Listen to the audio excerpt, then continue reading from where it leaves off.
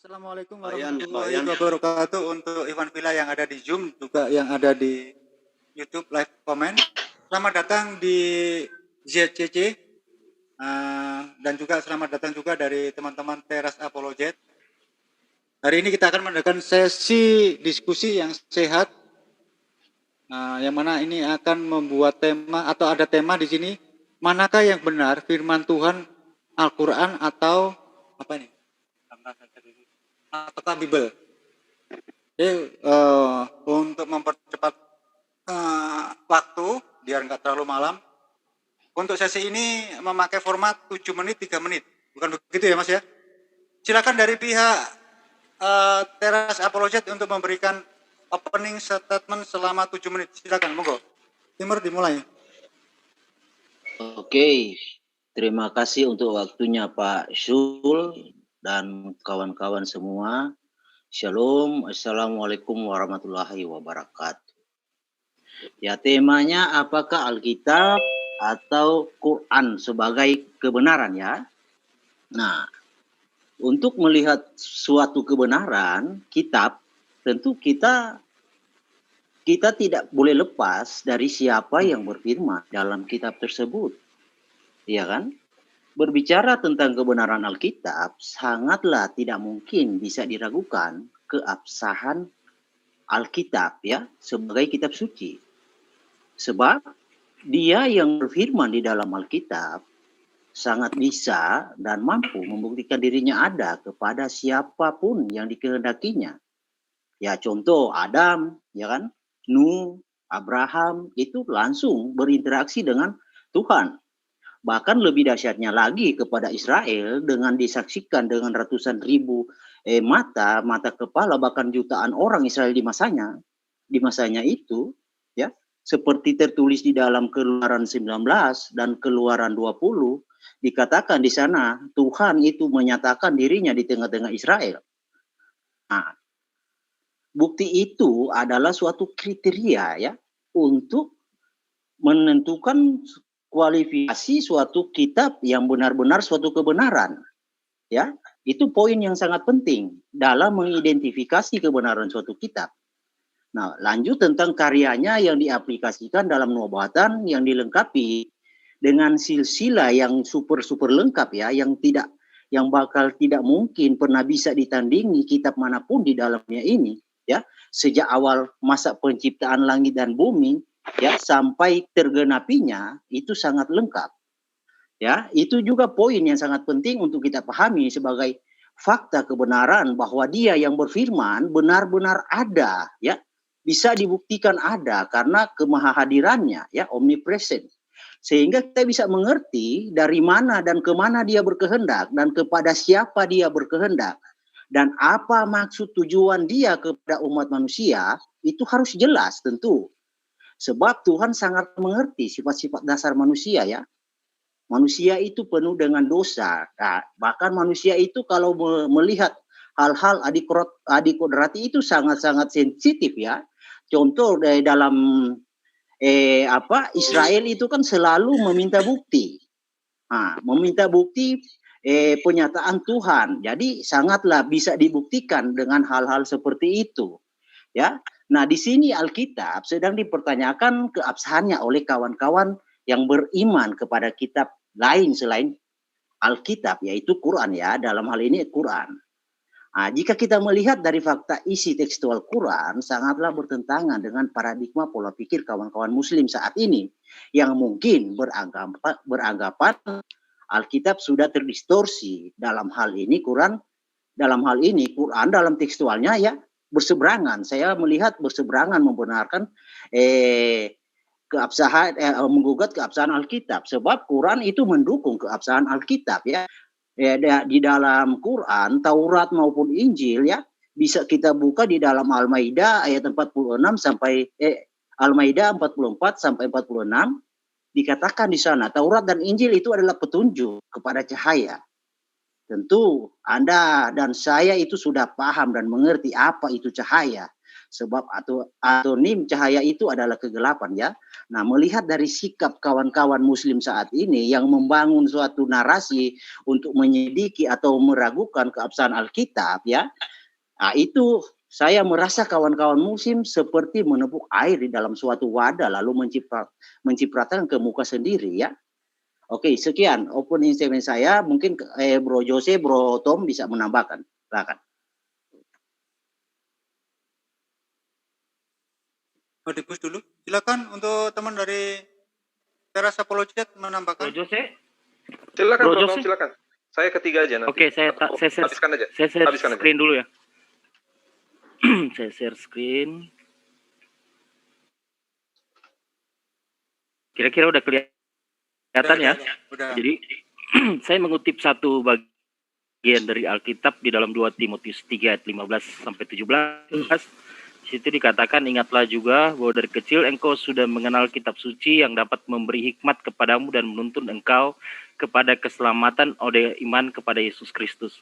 Nah ini segala tulisan yang diilhamkan Allah yang bermanfaat untuk mengajar, untuk menyatakan kesalahan, untuk memperbaiki kelakuan dan untuk mendidik orang dalam kebenaran. Dengan demikian tiap-tiap manusia kepunyaan Allah dipelengkapi untuk setiap perbuatan baik. Jadi bagaimana proses Alkitab itu bisa sampai kepada kita orang Kristen, itu dimulai dari hikmat dan gagasan atau pikiran Allah yang diwahyukan kepada penulis, ini manusia. Nah, kemudian manusia ini menulis naskah asli Alkitab. Di situ ada proses pengilhaman, jadi pikiran manusiawi juga digunakan, tetapi pengilhaman ini ada kontrol dari kuasa Allah sendiri, yaitu Roh Kudus. Nah, naskah asli Alkitab ini kemudian ada proses kanonisasi dan jadilah 66 kitab di dalam Alkitab. Nah, 66 kitab ini biasanya dipelajari juga melalui ada metode kritik teks, ya, karena ada proses transmisi yang cukup panjang dari setiap kitab itu untuk diteruskan dari generasi ke generasi.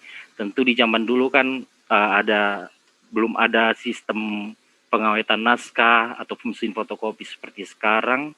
Nah, sehingga penyalinan dilakukan dengan tangan dan ada sedikit itu terjadi kesalahan-kesalahan, tetapi dengan kritik teks ini mampu untuk mengembalikan kepada naskah aslinya gitu.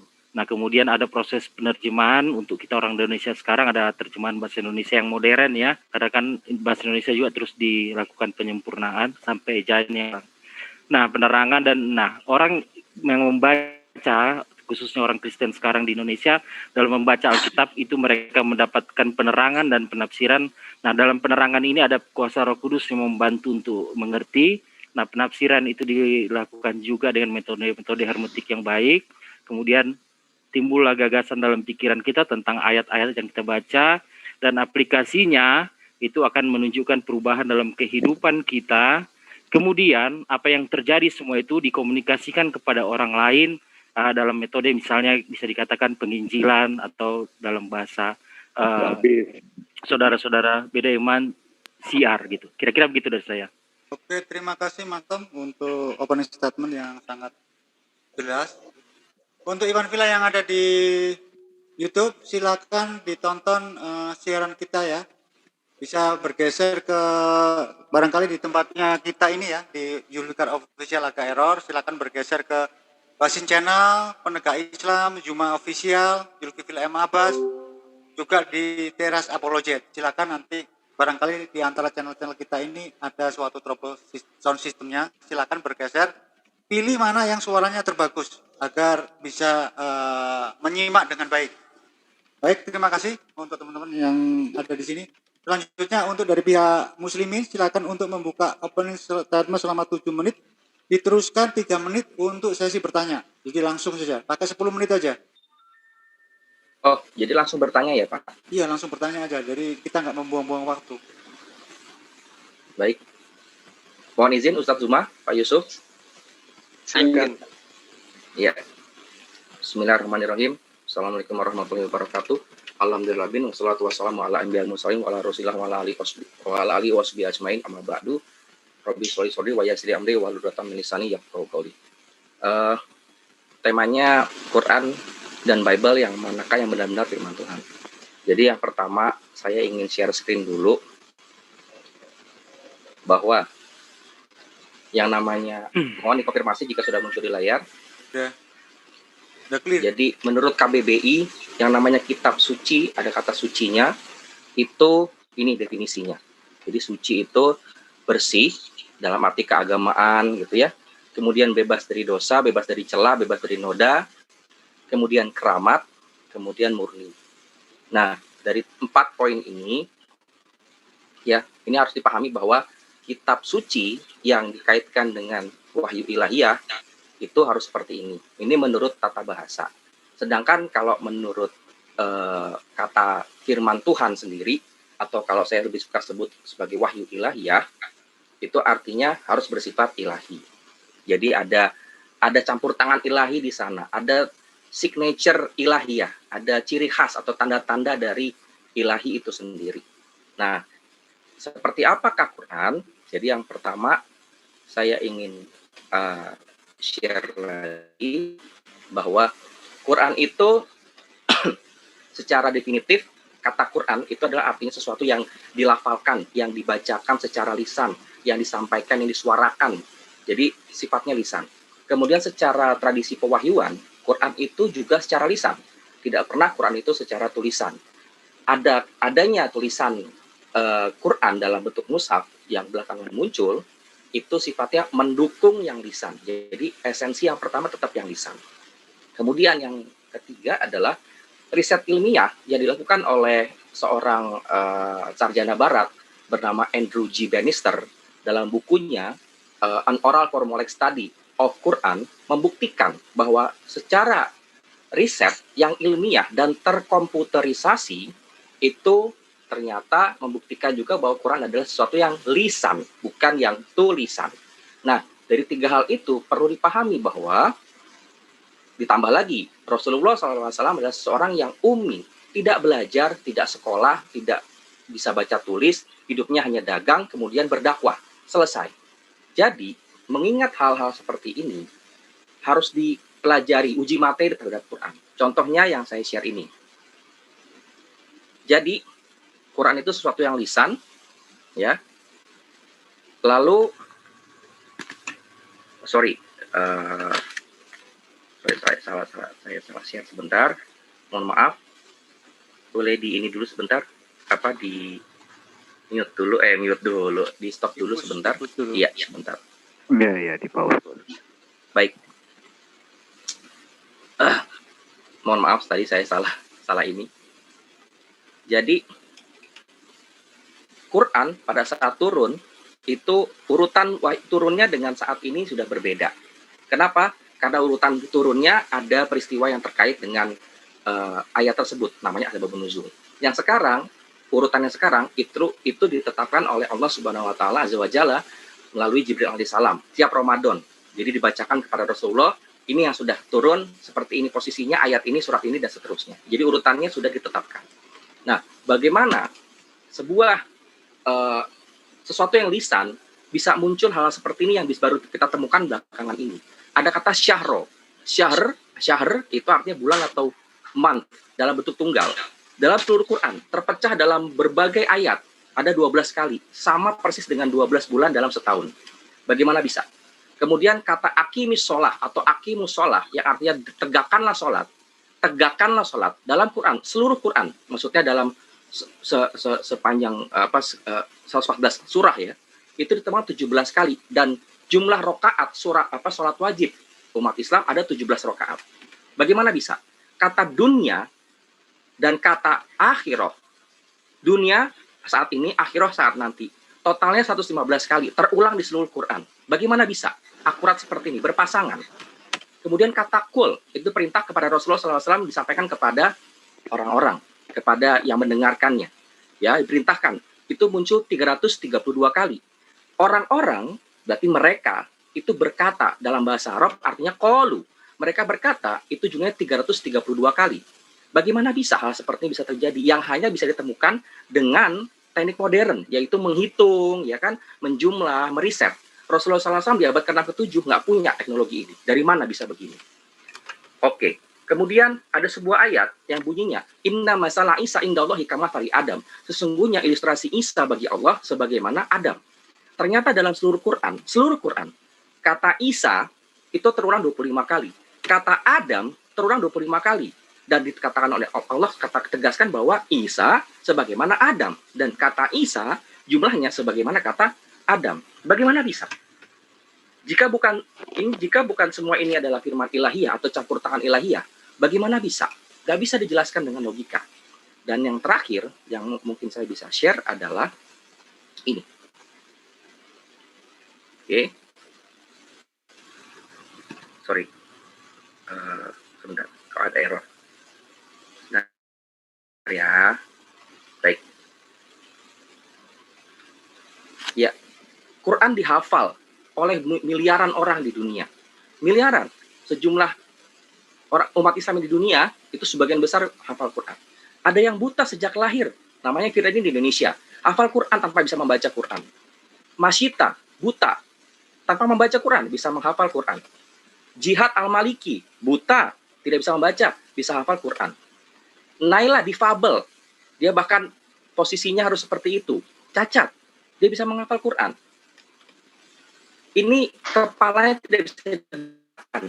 Bagaimana dia membaca buku dengan cara begitu? Ammar Bugis juga menghafal Quran 30 juz. Lumpuh otak, bayangkan. Dia hafal Quran, namanya Fajar, juga orang Indonesia. Ini baru di Indonesia saja. Jadi, kalau bukan campur tangan ilahiyah, lalu bagaimana semua itu bisa dijelaskan? Logika tidak bisa. Maka, di masa Rasulullah SAW, ketika Quran diturunkan, dan di masa itu, ketika sajak ada sesuatu yang luar biasa, nah salah seorang penyair papan atas kaum Quraisy bernama Walid ibn Mughirah, silakan diperiksa di riset. Walid ibn Mughirah menyatakan karena dia penyair papan atas jadi mendengar Quran, dia hanya bisa berkata ini sihir. Kenapa? Karena dia sudah tidak bisa menjelaskan lagi dengan logika, dengan ilmu sastranya pun tidak bisa. Dia hanya berkata, yang aku dengar dari Muhammad itu bukan Muhammad. Kalimatnya begitu. Kemudian orang Quraisy bilang, kalau begitu itu apa? Dia hanya bisa jawab, kita katakan saja ini sihir. Jadi, dari semua paparan yang saya sampaikan itu hanya sebagian kecil. Bagaimana mungkin jika bukan firman ilahiyah dengan campur tangan Allah Azza wa Jalla sendiri. Terima kasih. Terima kasih Mas Kamarudin. Oke, kita reset untuk 3 menit ke depan. Sesi yang 3 menit ini untuk pertanyaan. Silakan membuat sebuah pertanyaan. Kalau bisa jangan terlalu banyak, biar fokus 1 atau 2 pertanyaan. Diuraikan selama 3 menit, biar mereka itu memahami. Silakan dari tim Muslim untuk bertanya. Oke, baik. Mungkin saya ya yang ingin bertanya kepada sahabat-sahabat Kristen di sini. Pertanyaan saya sederhana. Apa yang menjadi kriteria suatu kisah yang ditemukan di dalam manuskrip sebelum kanonisasi Al-Quran, Alkitab atau Gospel itu bisa dimasukkan sebagai bagian daripada kitab Anda atau dicap kemudian sebagai kitab yang cacat atau diragukan atau apokrifa. Nah, pada waktu kanonisasi oleh pemuka-pemuka gereja awal, mereka dihadapkan dengan ribuan manuskrip yang akan diseleksi. Ribuan manuskrip tersebut itu kemudian dipilah-pilah sesuai dengan kriteria tertentu. Mana yang dimasukkan ke dalam Bible, mana yang dibuang. Nah, pertanyaan saya kembali, apa yang menjadi kriteria suatu kisah yang ditemukan di dalam manuskrip tersebut sebagai firman Tuhan atau bukan firman Tuhan? Silakan. Bagus sekali pertanyaannya. Kita riset aja, 1 pertanyaan sudah cukup gitu. Daripada banyak pertanyaan nanti nggak fokus. Untuk teman-teman Kristen bisa memahami pertanyaannya dari Mas Zulkifli? Kalau belum memahami bisa diulang nanti. Bagaimana dari teman-teman Kristen? Mas Herdi? Ya, bisa Pak. Nanti Bro Tom yang akan jawab. Oke, silakan Bro Tom. Oke, silakan.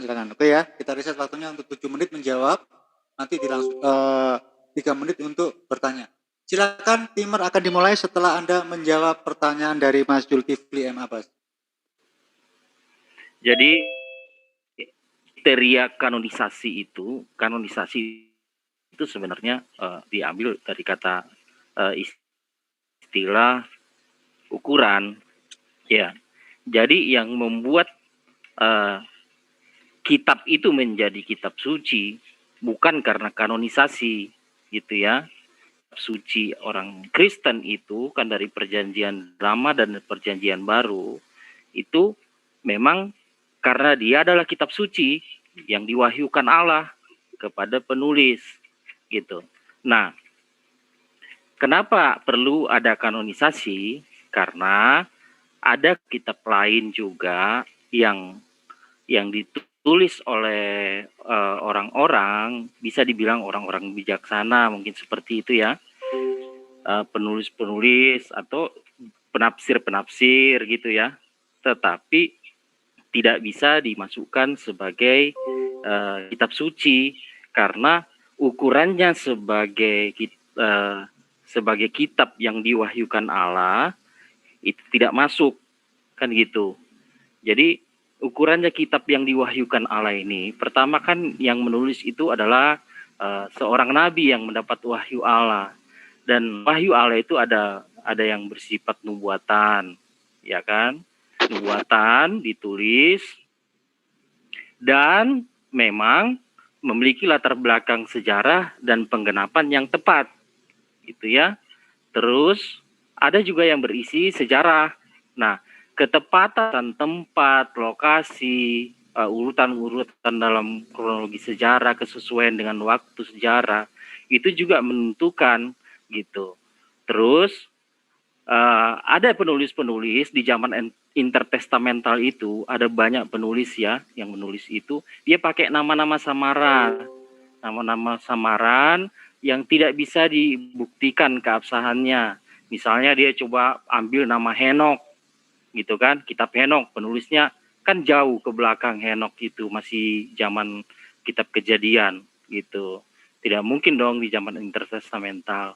Jadi ada diragukan dari segi siapa penulisnya. Seperti itu. Nah, jadi kanon itu bukan untuk menentukan ini kitab suci apa tidak, tetapi ya kitab suci itu yang benar-benar kitab suci membuktikan dirinya sendiri, gitu loh. Dan kanon itu tidak menjadi masalah karena semuanya terpenuhi, gitu. Itu jadi ada pengesahan diri sendiri dari kitab suci itu sendiri, gitu. Jadi kanon itu kan lebih menyoroti yang seperti saya sebutkan tadi. Kira-kira begitu rinciannya. Mungkin bisa ditambahkan sama teman-teman. Ya, terima kasih, Bro Tom. Jadi memang unsur yang paling penting itu adalah penulisnya, lalu ya sejarahnya juga, dan juga menyangkut tempat ya, tempat-tempat yang dinarasikan. Karena misalnya seperti Injil Barnabas itu kenapa tidak termasuk? Itu juga salah satu dari waktu penulisannya ya, selain itu tadi. Jadi kitab-kitab usia perjanjian baru yang udah lebih dari abad 4 Masehi ya, bahkan abad ketiga Masehi udah nggak diakui lagi karena memang itu sudah tidak diakui karena sudah tidak, isinya sudah nggak benar lah ya, karena banyak udah berkembang teologi-teologi yang tidak sesuai Alkitab lagi ya.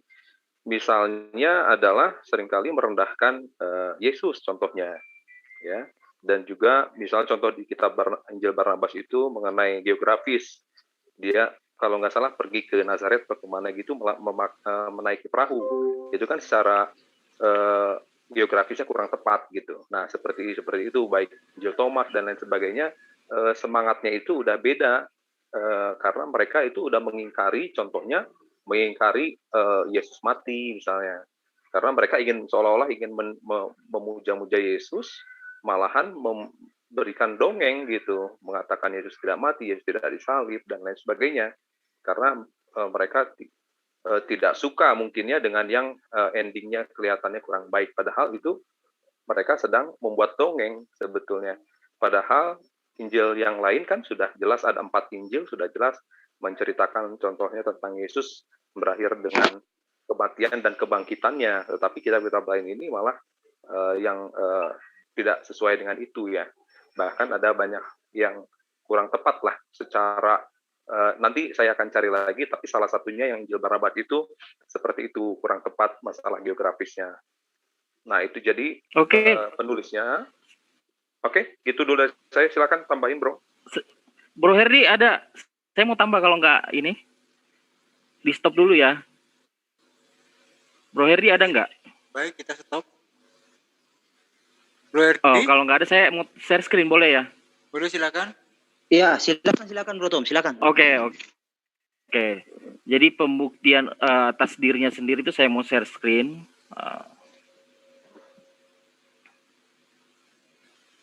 Misalnya seperti ini ya. Ini kalau kita baca Daniel 11, udah kelihatan ya semuanya. Jadi kalau kita baca Daniel 11 itu satu persatu ayatnya digenapi di dalam sejarah.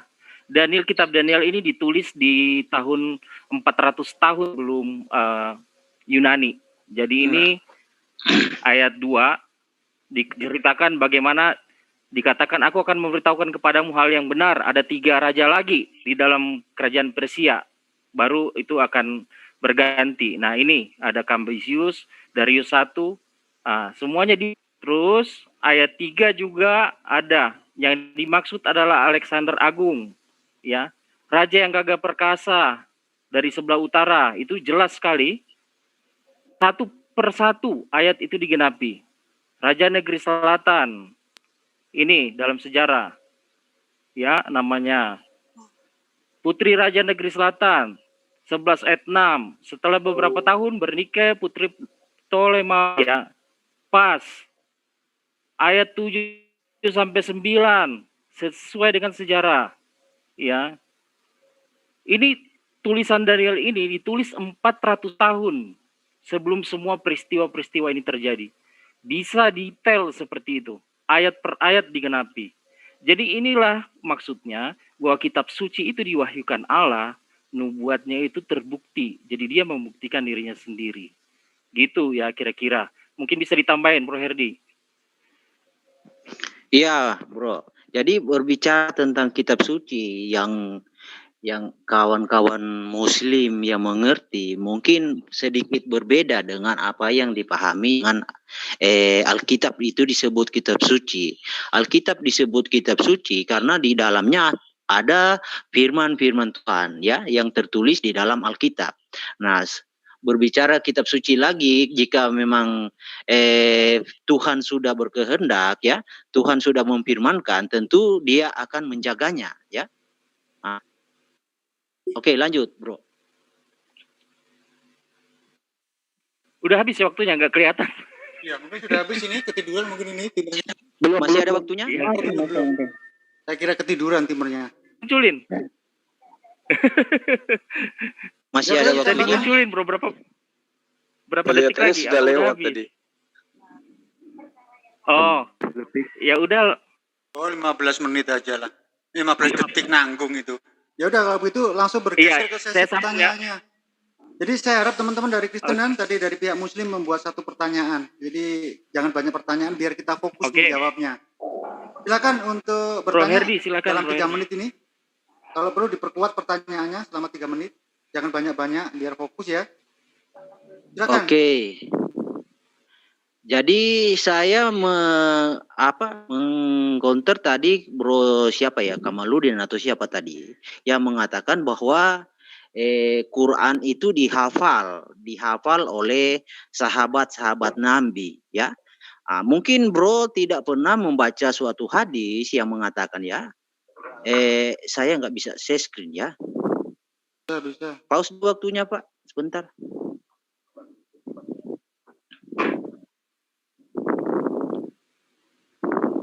Bisa saya share screen?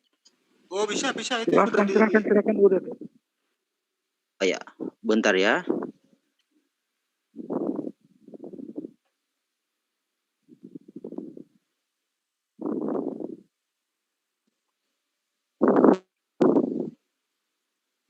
Nah, kita baca di dalam hadis Sahih Bukhari volume 6 nomor 558. Dikisahkan oleh Aisyah, Rasul Allah mendengar orang melafalkan Quran di malam hari dan berkata, semoga Allah menganugerahkan pengampunan padanya karena dia mengingatkanku akan ayat ini dan beberapa surat yang tidak kuingat. Nah, sekelas Muhammad saja bisa lupa. Bagaimana kawan-kawan Muslim bisa menjamin sahabat-sahabat Muhammad itu lebih tinggi dari Muhammad? Nah, di dalam hadis juga Sahih Bukhari volume 6 nomor 562 dikisahkan oleh Aisyah, sang Nabi mendengar orang melafalkan Quran dalam masjid di suatu malam. Sang Nabi berkata, semoga Allah menganugerahkan pengampunan padanya karena dia mengingatkan padaku ayat-ayat tertentu dan surat tertentu tidak kuingat. Jadi jelas di sini Muhammad bisa lupa akan ayat-ayat Quran. Jadi bagaimana bisa kawan-kawan Muslim percaya orang yang bukan punya otoritas ya dalam tanda kutip Nabi, ya kan? Nah, kawan-kawan Muslim berarti menganggap bahwa Muhammad mungkin lebih di bawah derajatnya soal pengingatan dari sahabat-sahabat Muhammad. Oke, Bro Yosi silakan tambahkan. Satu pertanyaan aja ya. Sudah cukup, silakan aja. Sudah cukup, sangat baik. Itu. Jadi kalau dengan satu pertanyaan ini lebih baik ya saya kira daripada banyak pertanyaan, nanti jangan sampai ada pertanyaan saya belum dijawab. Nah itu kan jadi ribet nanti. Oke, kita reset aja. Silakan dari teman-teman Muslim 7 menit untuk menjawab. Kalaupun tadi pertanyaan belum memuaskan bisa diperkuat di sesi penjelasan tadi. Silakan monggo dari teman-teman Muslim 7 menit untuk menjawab. Silakan Akhina Kamarudin mungkin bisa jawab duluan. Atau gimana? Ya, jazakallah Ustaz. Ya, insya Allah yang barusan dulu ya, yang mengenai pertanyaannya hadis ya. Baik, saya share screen dulu sebentar. Ini ya pertanyaannya. Jadi disebutkan bahwa Rasulullah SAW mendengar orang melafalkan Quran di malam hari, kemudian berkata, bla bla bla, dan dia mengingatkanku akan ayat ini dan itu dan beberapa surat yang tidak kuingat. Ini tadi. Kemudian yang kedua, yang kurang lebihnya sama, redaksinya berbeda tapi makna intinya sama. Jadi dipertanyakan adalah kalau Quran dihafal, bagaimana bisa Rasulullah SAW itu ternyata faktanya lupa? Dari mana bisa? Saya balikan pertanyaan itu, dari mana dia bisa mengatakan bahwa lupa? Karena kata-kata mengingat pertama gini ya, hati-hati, saya harus cek dulu. Ini teksnya apa? Karena penerjemahan kata mengingatkanku dan tidak kuingat, itu teksnya apa? Karena itu terjemahan. Dan kami punya teksnya, ya. Saya ada situs yang bisa cek teks aslinya. Jadi harus periksa dulu, karena hadis dan Quran harus dipelajari dalam bahasa Arab. Tapi kalau secara terjemahan saja, jawaban saya sederhana. Mengingatkan itu seperti ini. Saya pernah jumpa dengan bapak-bapak sekalian di sini. Kita kumpul bersama-sama sekian lama. Kemudian saya beraktivitas, waktu lama kita tidak berjumpa gitu ya. Tiba-tiba saya melihat ada wajah seseorang, saya ingat itu wajahnya. Saya ingat itu seperti wajahnya si itu tuh. Oh, tiba-tiba saya ingat. Nah, itu maknanya. Ini secara terjemahan loh ya. Bukan tidak kuingat itu karena lupa, tetapi karena konteks yang tadi. Jadi tiba-tiba dia, oh ayat itu, ya ayat itu betul, ayat itu gitu. Bukan, kok itu ayat apa ya? Kok saya nggak pernah ingat ya? Nah itu. Jadi pertama saya tegaskan sekali lagi bahwa saya kan harus cek dulu teks aslinya. Jadi Anda tidak memberikan teks asli dan sejujurnya kami umat Islam biasanya tidak terima. Tapi ya sudah tidak apa-apa. Secara terjemahan jawaban saya adalah seperti itu. Silakan bagi yang lain jika ingin tambahkan. Bang Yusuf. Silakan Bang Jum. Baik. Lanjut aja. Di dalam Al-Quran itu sudah jelas diterangkan dalam surah Al-Alaq ayat 6 dan ayat 7. Situ dikatakan bahwa kami akan membacakan Al-Quran kepadamu Muhammad, maka kamu tidak akan lupa kecuali Allah menghendaki. Jadi di sini ada kata kecuali Allah menghendaki. Nah, kemudian ketika sahabat saya tadi mengatakan bagaimana mungkin kemudian Anda mengatakan Al-Quran itu bisa terjaga dengan baik, sementara Rasulullah Muhammad SAW saja berkaitan dengan hadis yang diriwayatkan oleh Bukhari, di mana itu dari Aisyah radhiyallahu an menceritakan bahwa Rasul Muhammad Shallallahu Alaihi Wasallam itu pernah khilaf atau tersilap atau terlupakan beberapa ayat dari surah yang telah diwahyukan oleh Allah kepada beliau. Tapi di ayat ini, ya, umat Islam itu paham bahwa ketika ada hadits yang menerangkan tentang sesuatu hukum atau pemberitaan, maka yang menjadi rujukan kebenaran daripada hadits ini adalah Al-Quran itu sendiri. Apakah bertentangan atau sejalan dengan Al-Quran? Karena Al-Quran ini adalah firman Allah, sementara hadits itu adalah perkataan Rasulullah Muhammad Sallallahu Alaihi Wasallam. Nah, di ayat A'la, ayat 6 ini, di ayat 7 ini, juga sangat jelas dikatakan bahwa Allah membacakan Al-Quran. Kami, maksudnya di sini adalah malaikat Jibril yang mendapatkan titah dari Allah untuk menyampaikan Al-Quran itu. Kami akan membacakan Al-Quran kepadamu Muhammad Sallallahu Alaihi Wasallam. Maka kamu tidak akan lupa kecuali Allah menghendaki. Jadi ini berbicara mengenai Rasulullah Muhammad Sallallahu Alaihi Wasallam. Karena ini adalah pribadi Rasulullah, dan ketika dia lupa berarti itu adalah Allah yang menghendaki. Sementara kaitannya dengan pertanyaan saudara, bagaimana mungkin Rasulullah Sallallahu Alaihi Wasallam aja lupa, tapi itu Allah yang menghendaki.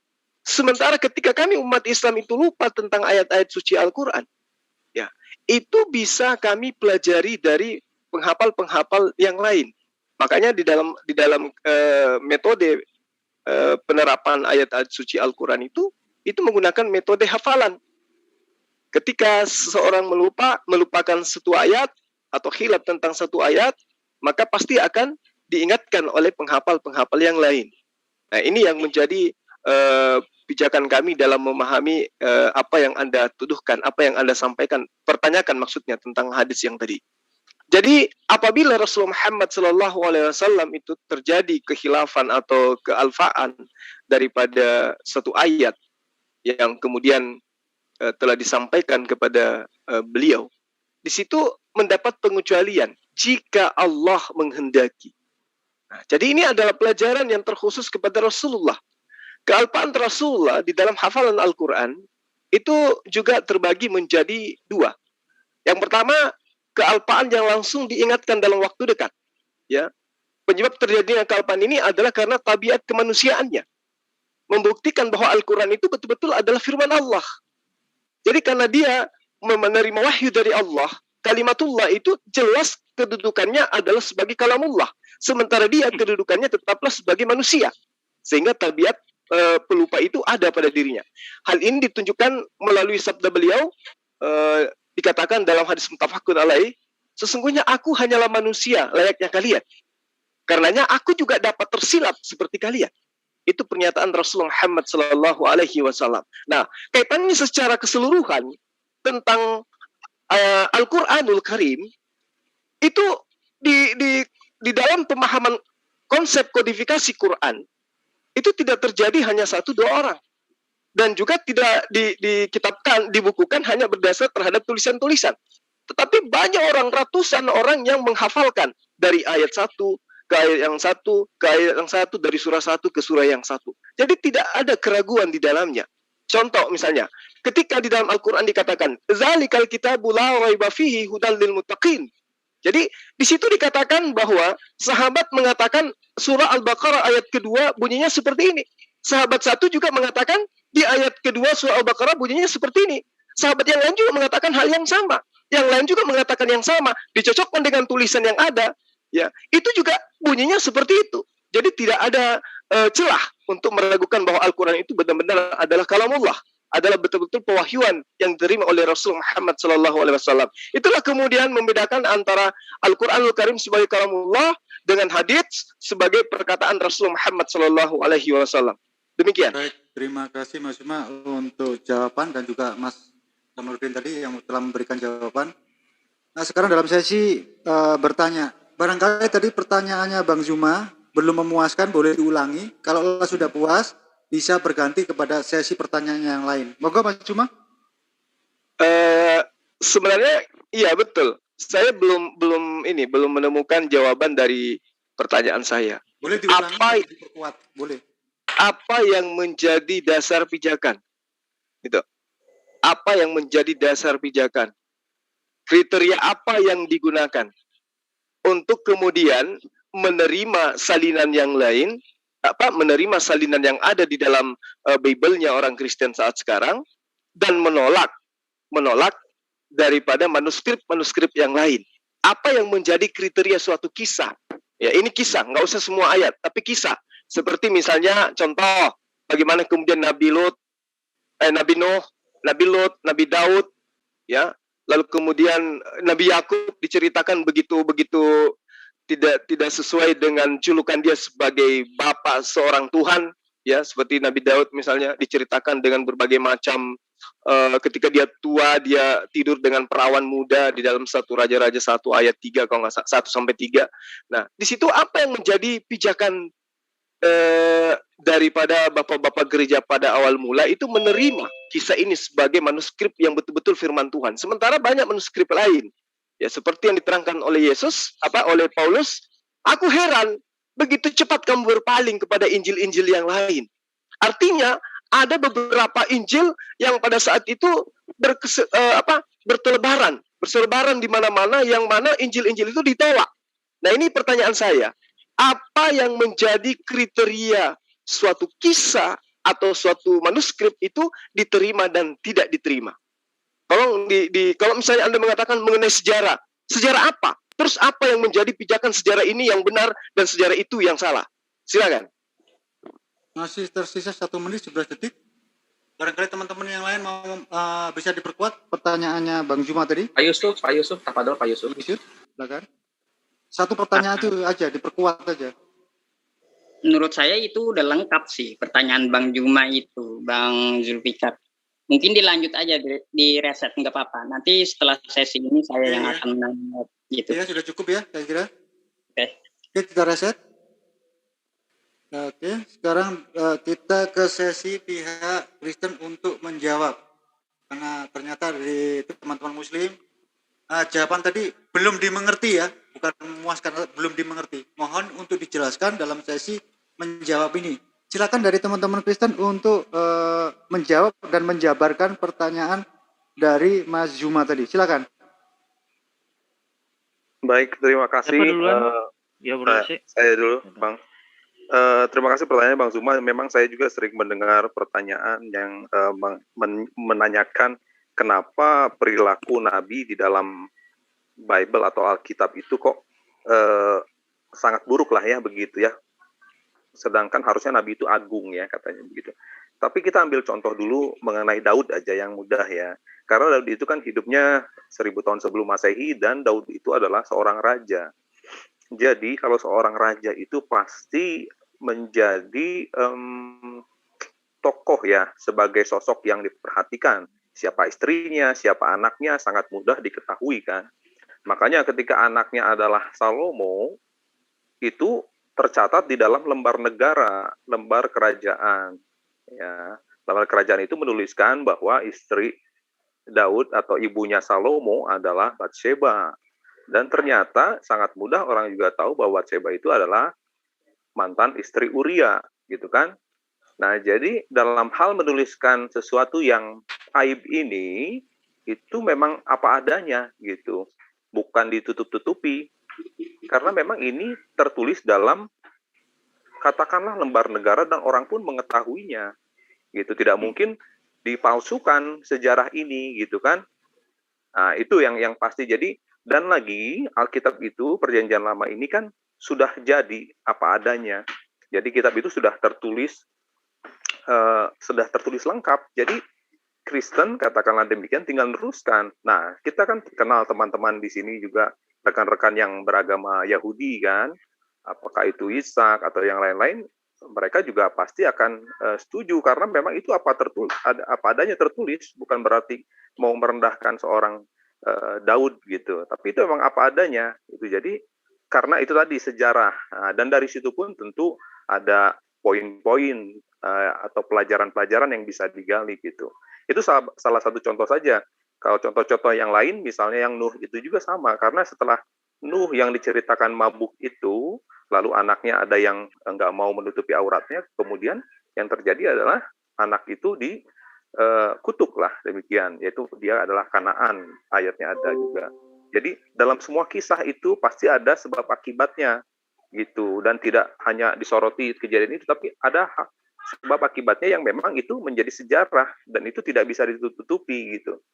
Di dalam kisah kitab Raja-Raja maupun Tawarik itu selalu dituliskan, semuanya tertulis dalam kitab Raja-Raja Israel gitu, karena itu memang apa adanya dituliskan, itu adalah sejarah. Makanya tadi poinnya adalah sejarah. Itu mungkin dari saya, Bro Tom dan Bro Herti, silakan ditambahkan. Oke, Ya, jadi silakan Bro Tom.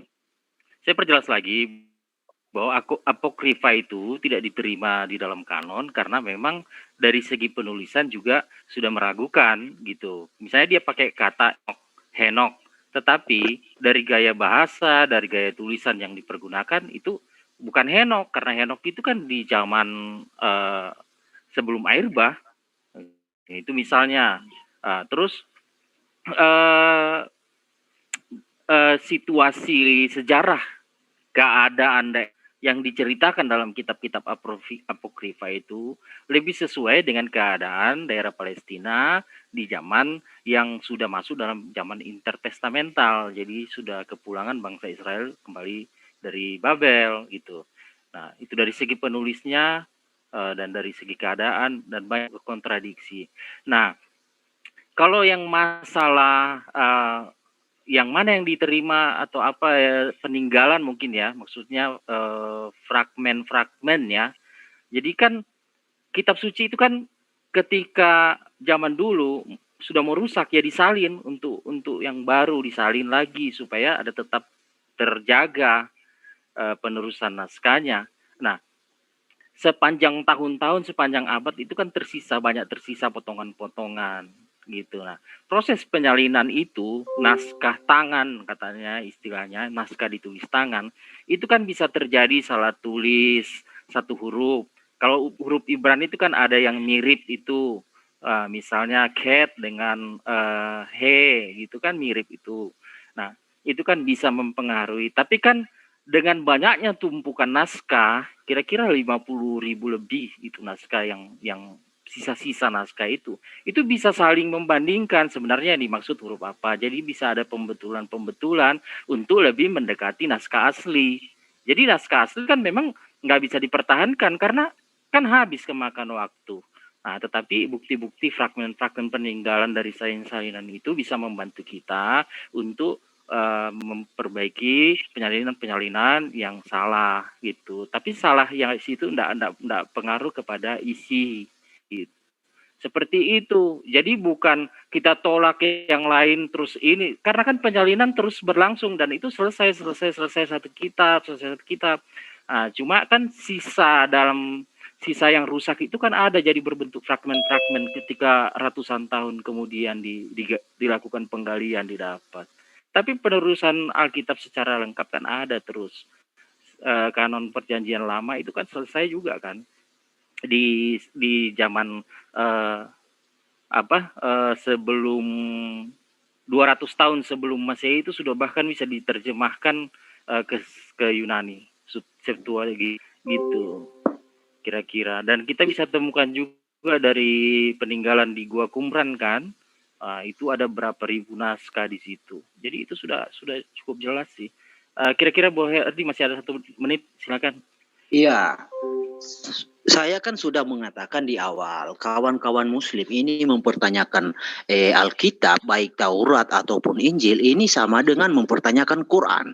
Karena kan saya sudah sampaikan di awal, bro, ya di dalam Al-Maidah 44 ayat 16, saya ya jelas dikatakan di sana bahwa Taurat dan Injil itu ada petunjuk cahaya. Jadi kenapa kalian meragukan? Jadi sangat salah jika Anda meragukan, sebab di dalam Quran tidak ada yang berkata seperti itu. Itu hanya pemikiran kawan-kawan Muslim saja, tetapi Quran tidak menyatakan itu. Oke. Waktu lagi? Ya udah 9 detik aja lah. Ya. Mungkin kawan-kawan Muslim bisa baca itu. Al-Maidah 44 sampai 46. Oke, ya kita reset waktunya. 3 menit ya. Silakan dari teman Kristen, barangkali dari jawaban teman-teman kita Muslim tadi kurang memuaskan, bisa dipertajam lagi pertanyaannya. Kalau sudah puas, bisa nanti membuat pertanyaan yang lain. Silakan. Bisa 2 pertanyaan kali bro ya, soalnya kan banyak waktu sisa itu. Begini, kalau tadi jawabannya teman-teman Muslim kurang memuaskan, bisa diulang, ya. Kalau belum memuaskan, kalau sudah memuaskan, baru berganti ke pertanyaan yang lain. Biar kita fokus, Mas. Silakan.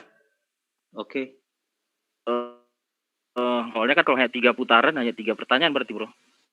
Silakan. Di ini dulu, di hold dulu. Iya kan, kalau 3 putaran hanya 3 pertanyaan bro. Apa enggak sebagai? Ya silakan. Busnya 2. Oke ya, 2 ya. Jadi gini, saya mau nanya gini. Disebutkan tadi di apa? Kira-kira begini ya, kalamullah ya. Panjang penjelasannya, saya enggak bisa ulangi. Nah, berarti kan perkataan dari Allah sendiri disampaikan ke Jibril, terus diteruskan kepada Nabi Muhammad. Nah, apakah memang semua yang di dalam Al-Quran itu semuanya adalah perkataan Allah?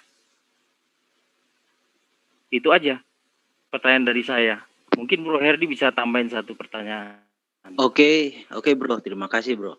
Jadi di awal kan saya sudah mengatakan ya, kita berbicara kitab suci itu jangan dilupakan dia yang berfirman atau dia yang berkata-kata sehingga ditulis di dalam sebuah kitab. Jangan dilupakan bahwa untuk pengesahan suatu kitab suci tentu ada kehadirannya. Yang berfirman itu bisa membuktikan dirinya ada.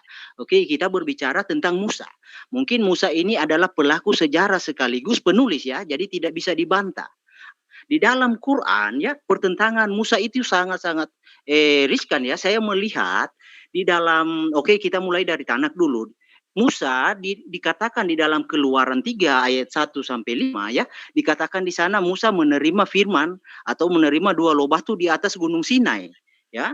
Tetapi di dalam Quran itu berbeda. Di dalam QS 7 ayat 143 ya, bahwa Musa itu ya, bukan QS 7, QS 20 ayat 10 sampai 12 dikatakan di sana Musa itu menerima firman itu bukan di Gunung Sinai tetapi di Lembah Tua. Ini distorsi ini tidak sesuai sejarah karena Musa itu, ingat ya bro, Musa itu pelaku sejarah sekaligus penulis. Nah, di dalam QS 7 ayat 143 dikatakan di sana bahwa gunung itu dikatakan hancur ya, dan Musa pun pingsan. Nah, saya mau minta dalil apakah fakta yang disajikan oleh Quran bisa dibuktikan dari kitab lain di luar Quran, karena berbicara tentang pembuktian, Alkitab itu mengenal hukum dui ganda saksi.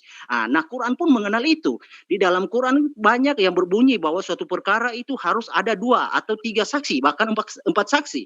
Nah, di dalam hal ini saya mau meminta penjelasan kawan-kawan Muslim, adakah ya kesaksian bahwa Musa itu pingsan di dalam Quran atau Musa itu menerima firman di Lembah Tua dari kitab lain di luar Quran. Nah, sedangkan di dalam Tanak tidak didapati bahwa Musa itu pingsan. Justru Musa itu bercahaya, bukan pingsan. Nah, ini sesuatu yang keliru karena Musa itu ya bro, saya ingatkan lagi, Musa itu pelaku sejarah sekaligus penulis. Jangan salah, Musa itu pelaku sejarah sekaligus penulis Torah. Jadi sangat-sangat tidak mungkin ya Musa melakukan atau menulis sesuatu hal kebohongan. Oke. Ya, terima kasih ya untuk teman-teman dari Kristen telah mengajukan 2 pertanyaan. Yang pertanyaan pertama tadi sudah saya ingatkan apakah puas atau tidak. Ternyata tidak ada penguatan di sesi pertanyaan pertama tadi. Saya anggap kalian sudah memahami ya, karena tidak ada penekanan di sana. Sekarang kita riset. Oke, silakan, sudah 7 menit. Silakan teman-teman, apakah memahami ya? Dari pertanyaan dari teman Kristen tadi, saya harap memahami ya. Silakan untuk menjawab selama 7 menit ke depan. Mungkin Gurunda boleh saya menambahkan ya, menjawab mereka. Silakan Pak Do. Tadi saya tertarik dengan pembahasan surah Al-Maidah ayat 46.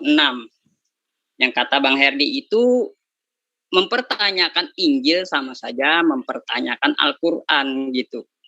Bang Herdi perlu tahu, Injil dan Taurat itu bukan pedoman hidup kita. Ya, pedoman hidup kita itu adalah Al-Quran dan hadis. Nah, Injil dan Taurat itu cukup kami imani.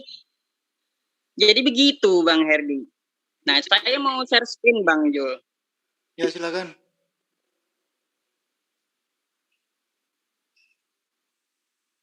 Bentar ya, Al-Quran. Surah Al-Baqarah ayat 79 ya. Biasa dipakai burung guys. Di dalam surah Al-Baqarah ayat 79, maka kecelakaan yang besarlah bagi orang yang menulis Alkitab dengan tangan mereka sendiri. Lalu dikatakannya ini dari Allah dengan maksud untuk memperoleh keuntungan yang sedikit dengan perbuatan itu.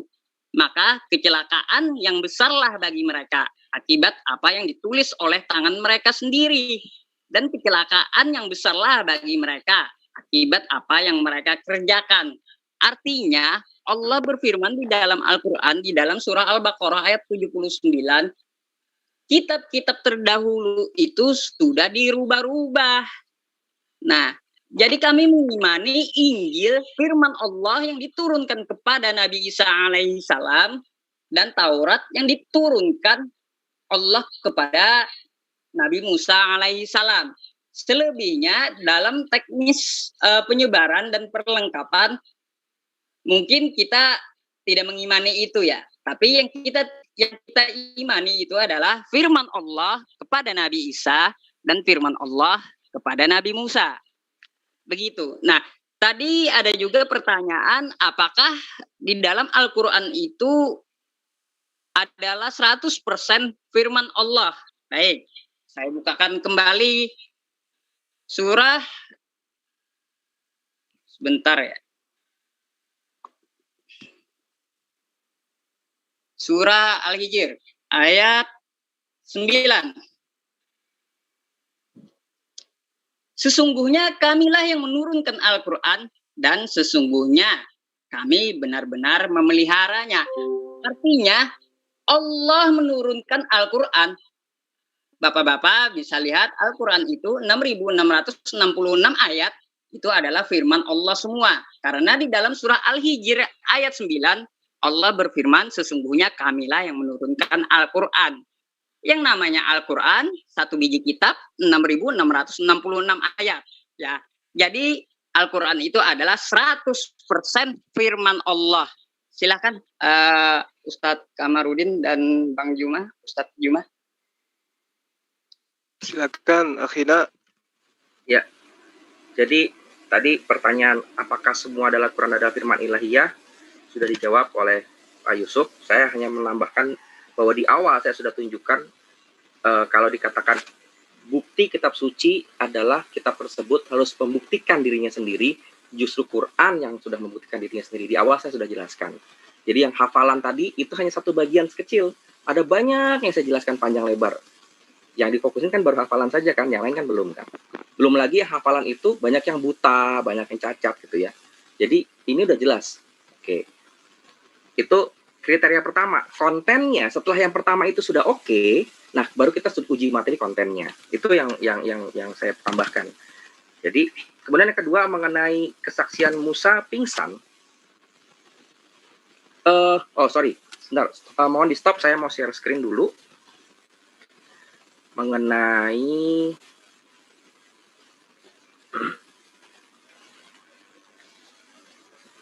sebentar ya, mohon maaf saya agak gaptek. Oh, sorry salah.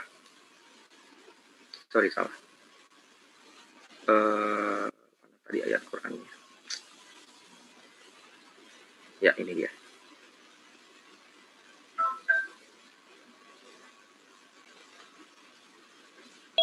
Ini tadi ayat yang dipertanyakan mengenai peristiwa di lembah suci tua.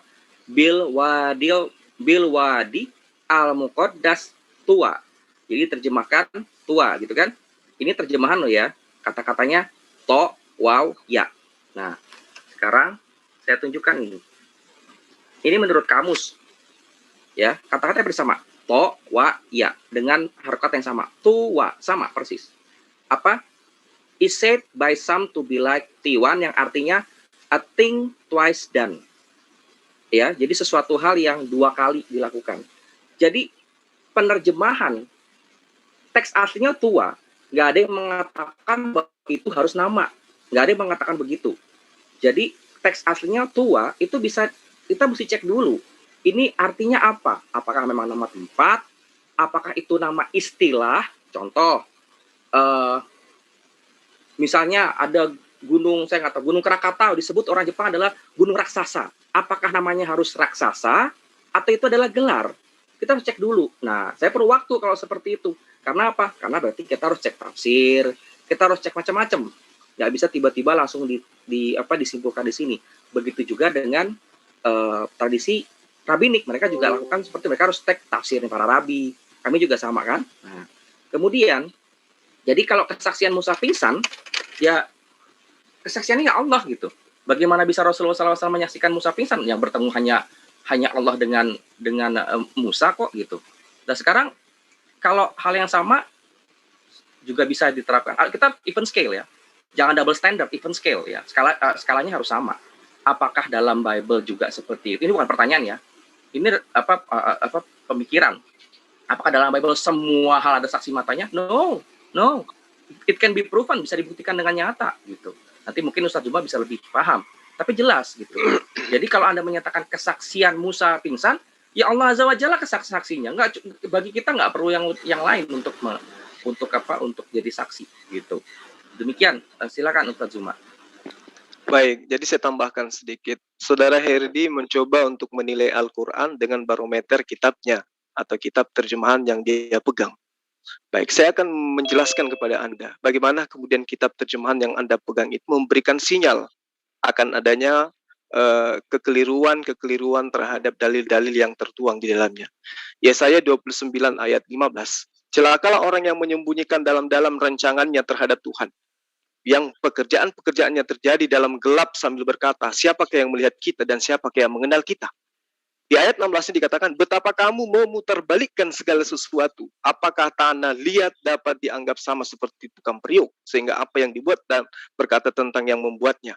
Bukan dia yang membuat aku, dan apa yang dibentuk berkata tentang membentuknya. Ia tidak tahu apa. Kemudian di dalam Yeremia ayat 8, bab 8. Bagaimana kamu bisa berkata kami bijaksana dan kami mempunyai Taurat Tuhan? Sesungguhnya penapalsu penyurat sudah membuatnya menjadi bohong. Yeremia 23 ayat 36. Tetapi pada sabda yang dibebankan oleh Tuhan, janganlah kamu sebutkan lagi. Sebab yang menjadi beban bagi setiap orang ialah perkataannya sendiri. Karena itu kamu telah memutarbalikkan perkataan-perkataan Allah yang hidup. Tuhan semesta alam, Allah kita. Jadi kalau Anda menjadikan barometer ini yang diterangkan oleh Al-Quran. Apakah kamu masih mengharapkan mereka akan percaya kepadamu? Pada segolongan dari mereka mendengarkan firman Allah, lalu mereka mengubahnya setelah mereka memahaminya, sedang mereka mengetahui. Al-Baqarah ayat 75. Di ayat 79, celakalah mereka yang menulis gospel Alkitab dengan tangan mereka sendiri, lalu mengatakan itu dari Tuhan, padahal itu adalah tulisan mereka sendiri. Jadi kalau Anda menjadikan barometer gospel Anda, Bible Anda untuk menilai Al-Quran, itu keliru, kawan. Terima kasih. Terima kasih Mas Jumat yang telah memberikan jawaban di samping Mas Yusuf dan Mas Kamarudin. Kita reset dulu waktunya. Sekarang 3 menit sesi bertanya. Kalaupun tadi yang pertanyaan belum memuaskan, bisa diulas lagi dan dipertajam. Bisa juga ditambahi 1 pertanyaan karena dari pihak Kristen ada 2 pertanyaan. Silakan teman-teman untuk memulai pertanyaannya. Mungkin dari saya. Silakan. Izin Pak Kamarudin sama Gurunda Juma ya. Nah, ini pertanyaan saya ya.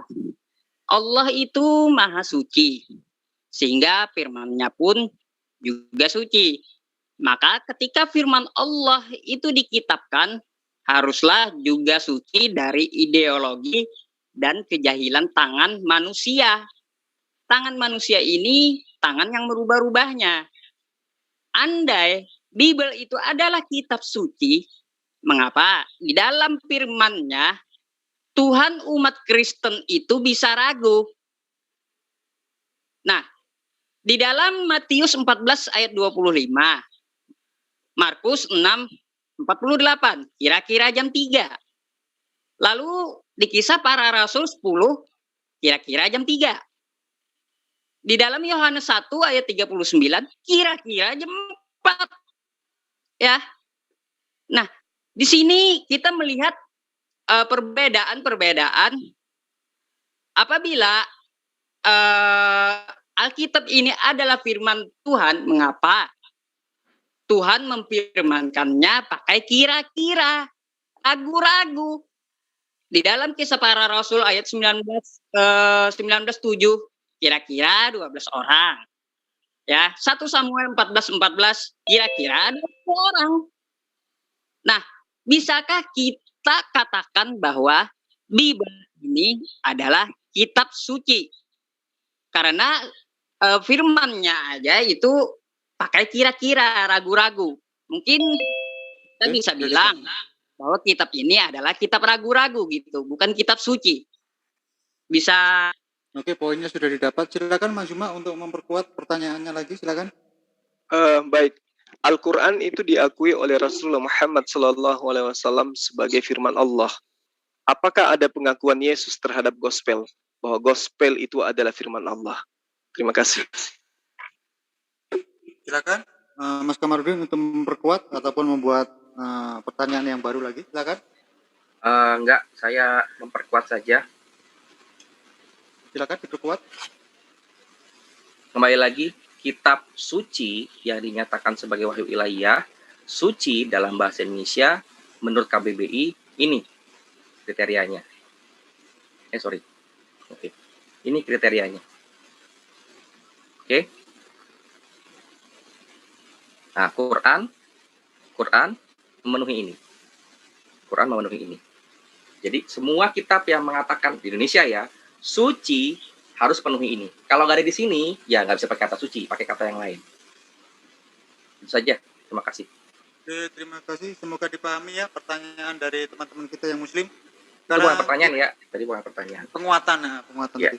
Silakan dari pihak Kristen untuk menjawab pertanyaan-pertanyaan dari pihak Muslim. Monggo, waktu dan tempat saya persilakan.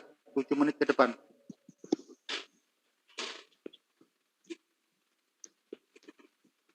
Ya, silakan Bro Siapa Jose. duluan?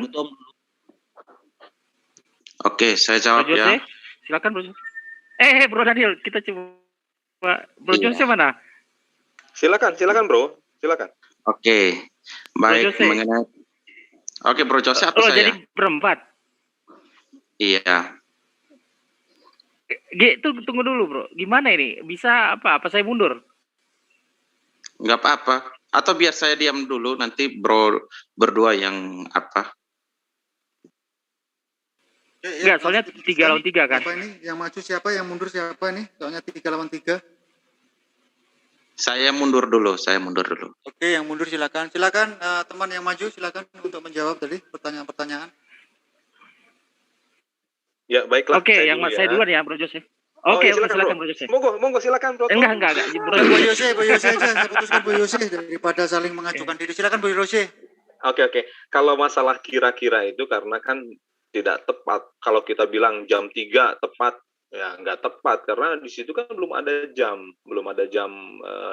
analog, belum ada jam digital kan. Karena penanda waktu zaman dulu itu memang jam 3, jam 9, jam 12 gitu, kelipatan-kelipatan 3 kan. Jadi kira-kira, karena kalau dibilang jam 3 tepat, ya itu mengada-ada, atau jam 4 tepat, ya itu mengada-ngada. Kalau disebut kira-kira jam 4, berarti itu udah lewat dari jam 3, jam sembayang gitu kan. Nah, jadi saya rasa kalau penyebutan kira-kira maupun dalam jumlah itu sangat wajar. Jangan sampai disebut 17 orang, padahal bukan 17 orang seperti itu kan. Karena masalah ukuran itu pasti ada sense-nya lah, ada logikanya ya. Jadi masalah angka pasti ada logikanya, nggak akan disebut kira-kira nggak pakai kira-kira lagi jam 3 lebih 15 kan nggak mungkin gitu kan, apa gimana cara. Nah, itu yang satu ya, masalah kira-kira itu tadi. Itu saja dari saya. Bro Tom silakan. Oke, langsung Bro Tom. Ya, kalau soal kira-kira itu, ya itu kejujuran dari penulis Alkitab, karena kan dia nggak lihat jam waktu itu. Jadi seperti yang bilang Bro Jose, tidak ada nggak ada jam analog seperti sekarang. Jadi kan kita perlu tahu, ini sorry, saya share screen dulu ya. Di stop dulu. Monggo silakan. Udah kelihatan ya? Oke, sudah terlihat. Udah kelihatan? Oke. Oke, saya jelasin. Jadi hikmat Bisa agak gagasan diperbesar pikiran sedikit? Allah itu kan diwahyukan. Diwahyukan kepada, kelihatan nggak ya? Ya, Oke, sip, sudah ada. pewahyuannya begini ya modelnya ya. Jadi hikmat gagasan pikiran Allah itu diwahyukan ke dalam pikiran penulis insani, yani manusia. Jadi ketika manusia ini akan menulis, itu ada proses pengilhaman. Ya, proses pengilhaman ini, jadi manusia ini dikendalikan oleh Roh Kudus dalam menulis naskah asli Alkitab. Ya, jadi begitu prosesnya. Jadi Tuhan juga tidak membiarkan penulis itu menulis sembarangan gitu ya. Tidak, tetapi ada proses pengilhaman di situ. Nah, apakah ada pengakuan Yesus terhadap Injil? Nah, Injil itu adalah berita tentang Yesus. Jadi, Injil itu ditulis setelah Yesus naik ke surga. Saksi-saksi mata, dan ada juga yang bukan saksi mata, tetapi saksi mata memberikan penjelasan kepada penulis itu, seperti misalnya Lukas. Seperti itu, apakah ada pengakuan Yesus? Nah, kita lihat kemudian Injil itu setelah selesai ditulis dan terbentuk jadi kitab dan diterjemahkan, kita lihat dalam prosesnya ya, prosesnya ketika orang membaca, apakah itu membaca terjemahan, apakah itu membaca yang asli, ada penerangan yang ini pekerjaan Roh Kudus sendiri yang menerangkan, sehingga alam pikiran orang-orang yang percaya kepada Yesus bisa mengerti kitab suci itu. Seperti di dalam 2 Petrus 1, kalau nggak salah ya, 2 Petrus 1 ayat 20 apa berapa gitu, bahwa nubuat-nubuat dalam kitab suci tidak bisa ditafsirkan dengan ini sendiri, keinginan sendiri, tetapi harus dengan pimpinan Roh Kudus. Pembacaan kitab suci, penafsiran kitab suci itu juga dalam pimpinan Roh Kudus. Memang orang yang belum percaya pada Yesus dalam membaca kitab suci belum tentu bisa mengerti gitu, karena tentu Roh Kudus tidak menuntun dia. Nah, itu akan memunculkan gagasan yang benar dalam kehidupan dan diaplikasikan, dan terjadilah perubahan hidup dalam hidup orang. Itu maksudnya. Jadi prosesnya seperti itu.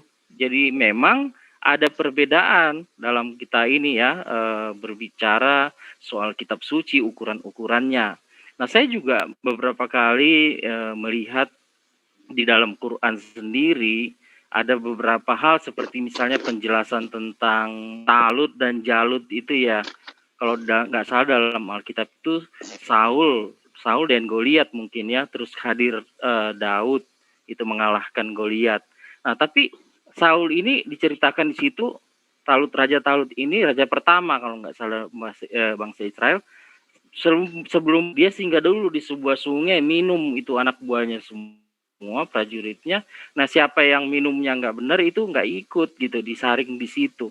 Tetapi peristiwa itu sebenarnya lebih cocok dikenakan kepada Gideon. Karena Gideon yang 100 tahun hidupnya sebelum Saul, 100 tahun apa 200 tahun gitu ya, itu di dalam kitab Hakim-Hakim, itu memang ada terjadi seperti itu. Jadi hanya 300 orang dia pergi menyerbu bangsa Midian gitu. Jadi ada ketidaksesuaian dengan sejarah justru yang ditulis oleh kitab suci Al-Quran. Lanjut, Bro Herdi. Iya, mungkin saya akan sedikit tentang pernyataan Bro Suma ya. Saya rasa Bro Suma jangan menyenggol tentang terjemahan. Sebab kata Allah hanya didapat di dalam terjemahan ya Bro. Jadi kalau tanpa terjemahan Anda mustahil mengenal kata Allah. Nah, jadi sedikit tambahan Bro Suma, di dalam penalaran Injil ya, pengkanonan Injil tentu ada saksi-saksinya. Jadi sesuai saksi. Ya, saksi matanya adalah pelakunya juga. Jadi Injil itu ditulis seperti apa yang terjadi, seperti apa yang Yesus ajarkan. Jadi Bro Suma mempertanyakan keabsahan Injil itu sangat salah. Sudah saya katakan berulang kali, ada banyak ayat di dalam Quran yang menyatakan bahwa di dalam Injil itu ada cahaya petunjuk terang ya. Jadi Ini sesuatu yang membingungkan buat kawan-kawan Muslim. Kok lebih apa ya namanya, lebih mengedepankan tafsir atau lebih mengedepankan Quran. Nah, itu yang saya tekankan kepada kawan-kawan Muslim. Janganlah selalu menyatakan sesuatu premis yang bertentangan dengan Quran. Oke. Makasih ya untuk Mas Hendri. Jawabannya juga habis ya waktunya, Bro. Nah, mau ditambah? Kalau masih, kalau tambah lagi kalau masih ada. Oke, kita sudah memasuki sesi detik-detik akhir ya. Nanti beberapa putaran lagi, biar nggak terlalu malam. Oke, sekarang sesi pertanyaan. Kalaupun tadi Aku tanya dulu ya. Nah, kalau tadi jawaban dari pihak Muslim belum memuaskan, bisa diperkuat lagi. Saya nggak mau nanti pertanyaan tadi saya belum dijawab. Nah, itu kan nanti jadi nggak baik. Kalau kiranya sudah puas, silakan membuat pertanyaan baru. Kalau belum puas, bisa diperkuat lagi dengan pertanyaan tadi. Silakan, monggo. Saya mau share screen, Bro. Saya mau perkuat pertanyaan saya tadi sebelumnya.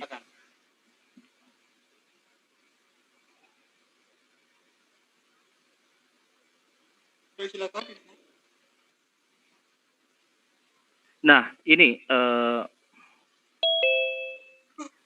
Surah Al-Hajr ya, 15 ayat 36 ya. Saya juga ini baru belajar ini buka Quran. Nah, kalau misalnya memang isi Al-Quran itu, kitab itu semua adalah kalamullah atau firman Allah atau perkataan Allah sendiri. Nah, bagaimana dengan misalnya yang di dalam surah Al-Hajr 15 ayat 36 itu terjemahannya saya baca, iya iblis dalam kurung berkata, ya Tuhanku kalau begitu maka berilah penangguhan. Jadi ini perkataan iblis gitu ya. Mungkin ayat 39 juga ada perkataan iblis juga ya, di situ disebutkan. Nah, ini saya mohon dijelaskan lebih lanjut. Lanjut pertanyaan berikutnya, Bro Herdi. Oke, Bro. Jadi berbicara karena jelas ya pertanyaan saya tadi ya. Oke, dari tadi kan pertanyaan kawan-kawan Muslim selalu menyentil tentang Injil. Tetapi apa yang saya kemukakan di awal tadi mengatakan bahwa jangan lupakan, Bro, yang berfirman itu harus Anda buktikan. Itu poin yang harus Anda buktikan. Jadi selama saya berdebat itu tidak ada satu orang pun yang bisa membuktikan itu. Nah, berbicara tentang Injil, penyaliban Yesus di dalam kitab Injil ya, itu sangat sah. Ya, 4 Injil itu menyatakan Yesus disalib. Di dalam Talmud Babilonia Mishnah Sanhedrin 43 ayat 20 dikatakan itu bahwa Yesus itu disalib. Ya, catatan Cornelius Tacitus juga menyatakan di buku 15 halaman 44 mengatakan itu. Nah, ini kita berbicara hukum dui tunggal ya, dui tunggal saksi ya, berbicara hukum itu. Jadi bagaimana Quran bisa menyatakan itu suatu kebenaran bahwa Isa tidak disalib, sedangkan ada 4 bukti di dalam kanonik, di dalam Talmud, bahkan pelaku sejarah juga membuktikan. Nah, bagaimana cara Islam membuktikan itu, sedangkan Quran hanya berdiri sendiri. Nah, berbicara lagi tentang Quran, isi Quran, apakah isi Quran itu tidak bertentangan? Sangat banyak bertentangan, Bro. Saya kutipkan hanya satu saja ya, manusia diciptakan dari apa? Ya, di dalam QS 21 dikatakan ayat 30 manusia diciptakan dari air. QS 25 ayat 54 manusia diciptakan dari air. Ya, di dalam QS 6 ayat 2 diciptakan dari tanah. Ini masalahnya ya, di dalam tanah, di dalam Bereshit, di dalam kitab Kejadian ya, manusia itu diciptakan dari tanah, Adam dan Hawa. Ya, selanjutnya itu adalah benih keturunan, bukan diciptakan. Ya, mungkin kawan-kawan Muslim bisa paham itu. Ya, oke, Bro Jose, kalau ada pertanyaan silakan, ada waktu sedikit, Bro. Tidak ada, terima kasih. Oke, saya tambahkan aja, Bro ya. Ya, tentang hal penciptaan di dalam QS 41 ayat 9 sampai 12 dikatakan di sana 8 masa. Ya, baru dikatakan lagi di QS 7 ayat 54 dikatakan 6 masa. Yang betul yang mana? 6 masa atau 8 masa? Saya rasa sedikit bingung ini untuk menjelaskannya. Coba kawan-kawan kalau bisa menjelaskan, jelaskan secara detail ya. Oke. Terima kasih Mas Dedi. Maka dari tadi saya mengatakan jangan banyak pertanyaan karena kita dibatasi oleh waktu. Tapi ya nggak apa-apa lah, untuk kedepannya bisa lebih baik lagi. Semoga teman-teman Islam bisa menangkap dari semua pertanyaan tadi ya, biar fokus menjelaskan kepada mereka. Silakan waktu dan tempat saya persilakan. Ya, Ustaz Zuma. Boleh saya tanggapi yang terakhir supaya saya ingat ya, mengenai tafadhol. ayat-ayat suci Al-Quran yang ditengarai kontradiksi yang menerangkan tentang proses penciptaan manusia. Saya sebutkan saja ayat-ayat ini seperti yang tertuang di dalam surah Ar-Rahman ayat 14, terus kemudian Al-Safat ayat 11, Al-Fatir ayat 11, dan juga Al-Mu'min 67, dan ayat yang disebutkan oleh saudara siapa tadi? Herdi, ya. Banyak ayat yang menerangkan tentang proses penciptaan. Jadi gini, saya ringkaskan gini, Al-Quran itu ada menyebutkan bahwa asal kejadian manusia terdiri dari 7 macam kejadian.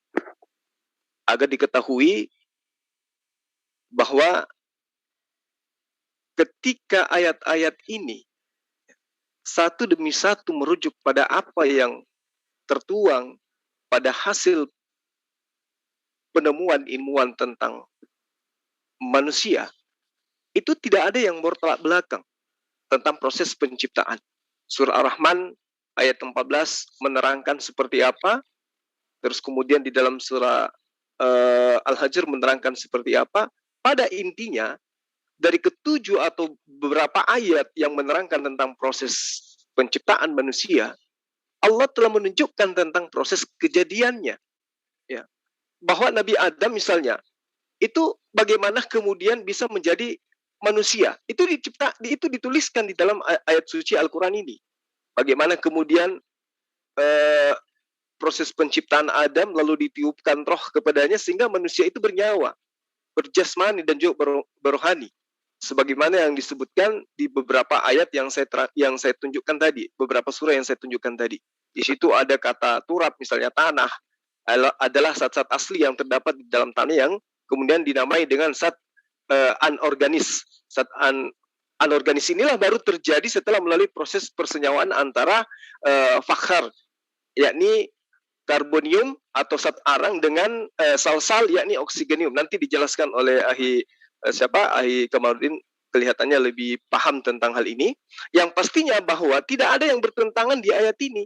Justru ini adalah merupakan susunan proses penciptaan manusia antara ayat per ayat.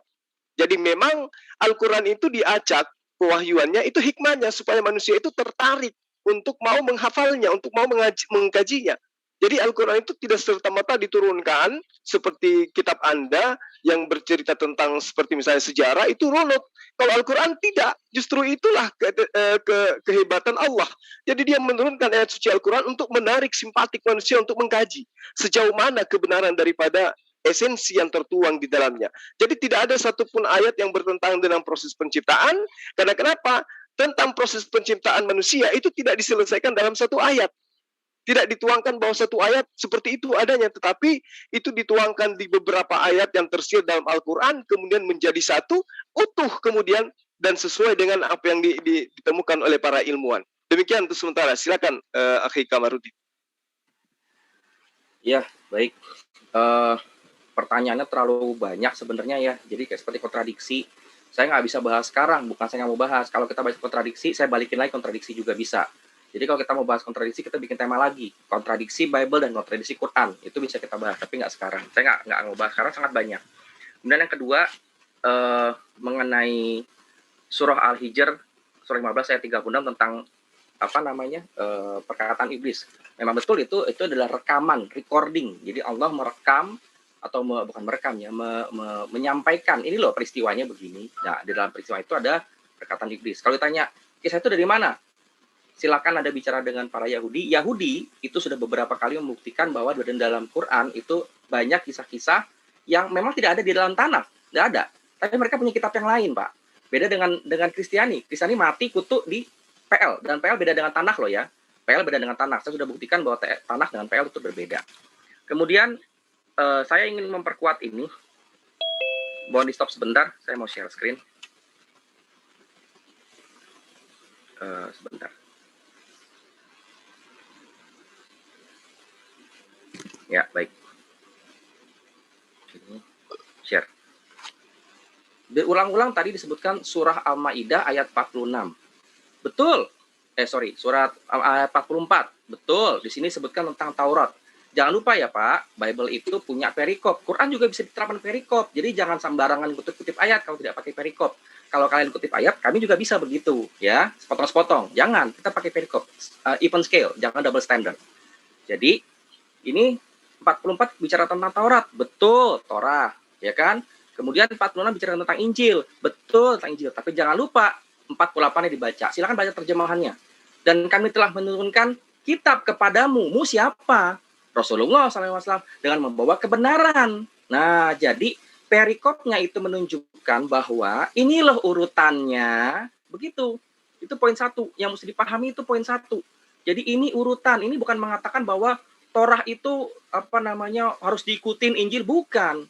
Bukan. Ini urutannya. Nah, di dalamnya disebutkan bahwa pengikut Torah harus ikut dengan Torah. Pengikut Injil begitu ikut dengan Injil. Pengikut Quran ikut dengan Quran. Pertanyaannya sekarang, Torah yang mana, Injil yang mana? Qurannya sudah jelas. Nah, kalau Anda bilang bahwa ya Injil yang sekarang ya ada di sini. Oh, no. Saya katakan no, gitu. Itu bukan Injilnya ya. Isa alaihissalam. Kenapa? Banyak masalah di situ. Penulisnya siapa juga nggak jelas, gitu kan? Nah, jadi bagaimana itu bisa jadi wahyu Injil kepada Isa alaihissalam? Nggak bisa. Kemudian Torah Yahudi punya Torah oral sama Torah lisan sama Torah tulisan. Ada sanadnya. Kalian nggak percaya Torah lisan kan? Umat Kristiani nggak percaya Torah lisan kan? Yang di Talmud kan dipercaya. Yaitu sebagaimana mereka lengkap harus dengan seperti itu gitu.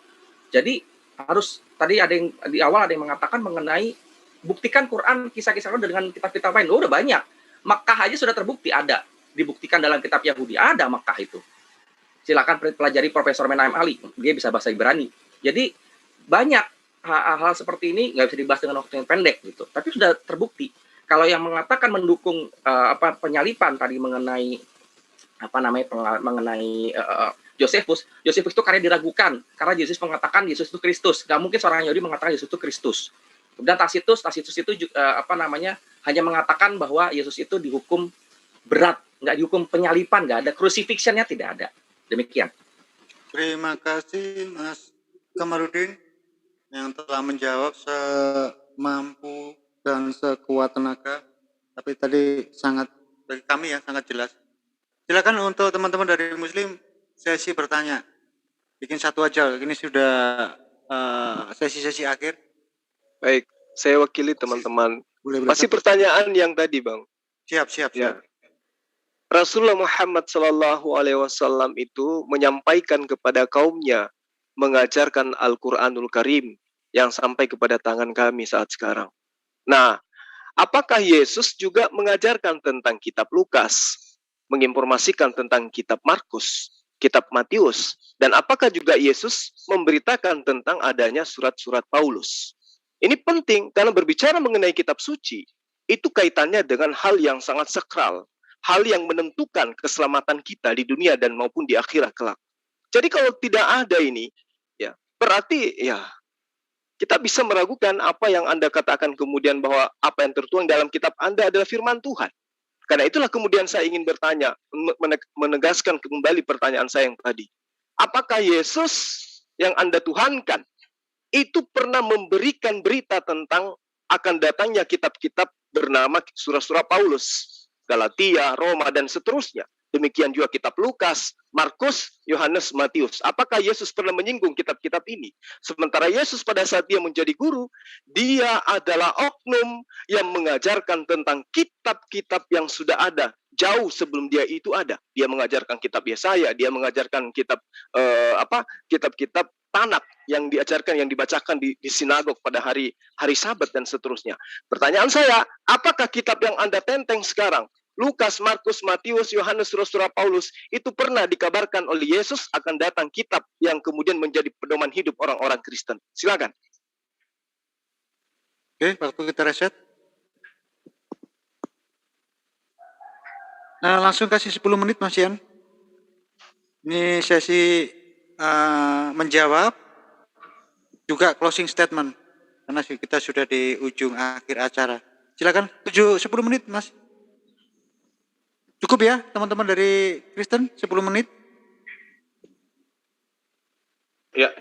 Cukup Terima ya, kasih. 10 menit itu menjawab. Kalau ada pertanyaan boleh dipertanyakan di situ sekaligus closing. Silakan. Oh, Tanya lagi, Pak. sekaligus closing ya. Pak Zul. Oke. Oh iya sih. Jangan tanya lagi kalau udah closing. Iya, lupa saya. Lupa. Jawab sama Jawab sama closing. closing Ini gitu 10 aja. menit. Iya, 10 menit langsung. Oh, oke. Sebenarnya salah Mas. Satu dulu jawab pertanyaan, dijawab Muslim baru. Jadi satu aja 10 menit itu. Oke, siap. Oke, silakan. Ya, terima kasih. Terima kasih Bang Zul. Ya, saya dengar tadi udah nguap berapa kali Bang Zul, ada 10 kali saya catat lebih. Terima kasih ya Bang Zul.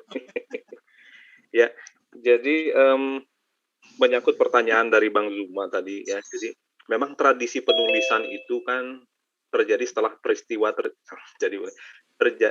ditulis setelah peristiwa terjadi. Sama dengan Muslim tadi juga tradisinya lisan dulu awalnya. Namun tentu secara lama-lama kan harus dibukukan. Kalau nggak dibukukan nanti setiap orang punya versi sendiri. Nah, makanya kita bersyukur bahwa Alkitab itu ditulis oleh 4 orang, yang 2 orang itu Matius dan Yohanes itu adalah murid Yesus langsung. Sedangkan Markus ya murid dari muridnya Yesus gitu ya. Dengan Lukas juga demikian, hidup dalam waktu yang sama lah, nggak beda jauh, beda. Nah, jadi Yesus itu fokusnya adalah menyampaikan kabar keselamatan. Ya, apa itu kabar keselamatannya?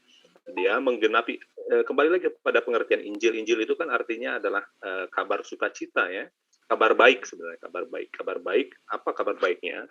Bahwa Tuhan datang melawat umatnya, menggenapi apa yang telah tertulis sebelumnya di dalam Tanakh. Jadi kalau tadi Bro Kamarudin bilang Tanakh itu bukan perjanjian lama, itu sangat salah, keliru ya.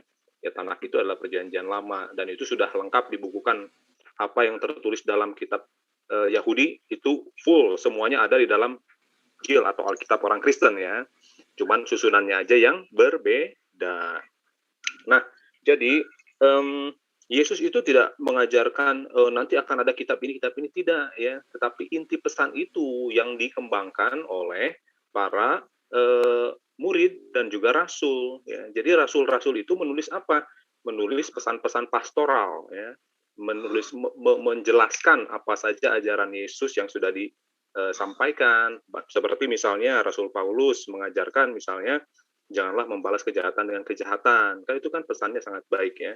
Lalu pesan-pesan Rasul Paulus misalnya harus mengalah, memberi salam dan lain sebagainya, kan itu sangat tidak bertentangan dengan firman Tuhan. Demikian juga Petrus menuliskan. Petrus itu juga ada menuliskan tentang Yesus sendiri.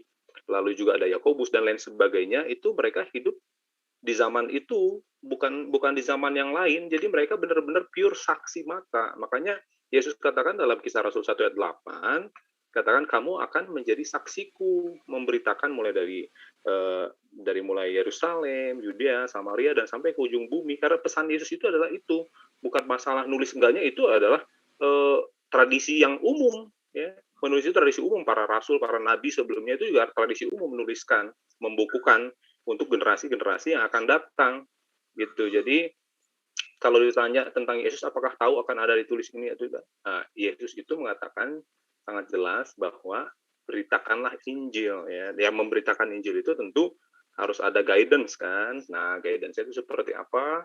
Yaitulah pesan-pesan moral, pesan pastoral untuk menggembalakan, untuk menghibur, karena zaman itu kan orang-orang Kristen ditindas ya. Jadi pesan-pesannya juga isinya adalah itu, untuk tabah, untuk percaya pada pemerintah ya, pesan-pesan positif lah.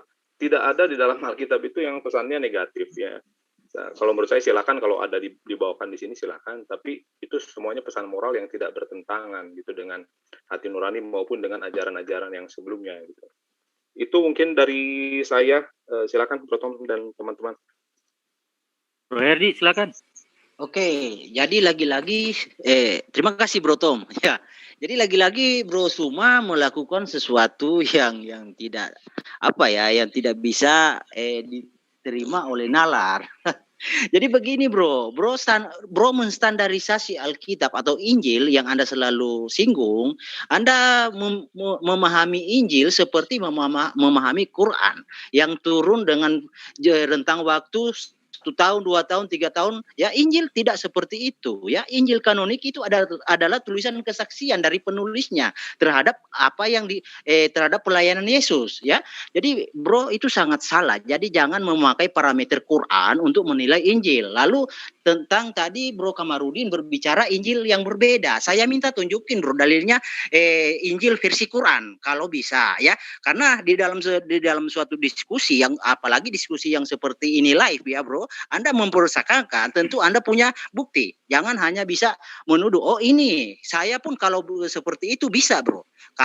Tapi saya tidak akan melakukan hal itu ya. Jadi bro harusnya melakukan sesuatu tindakan yang mempertanyakan. Bro punya dalil. Oh ini loh ya.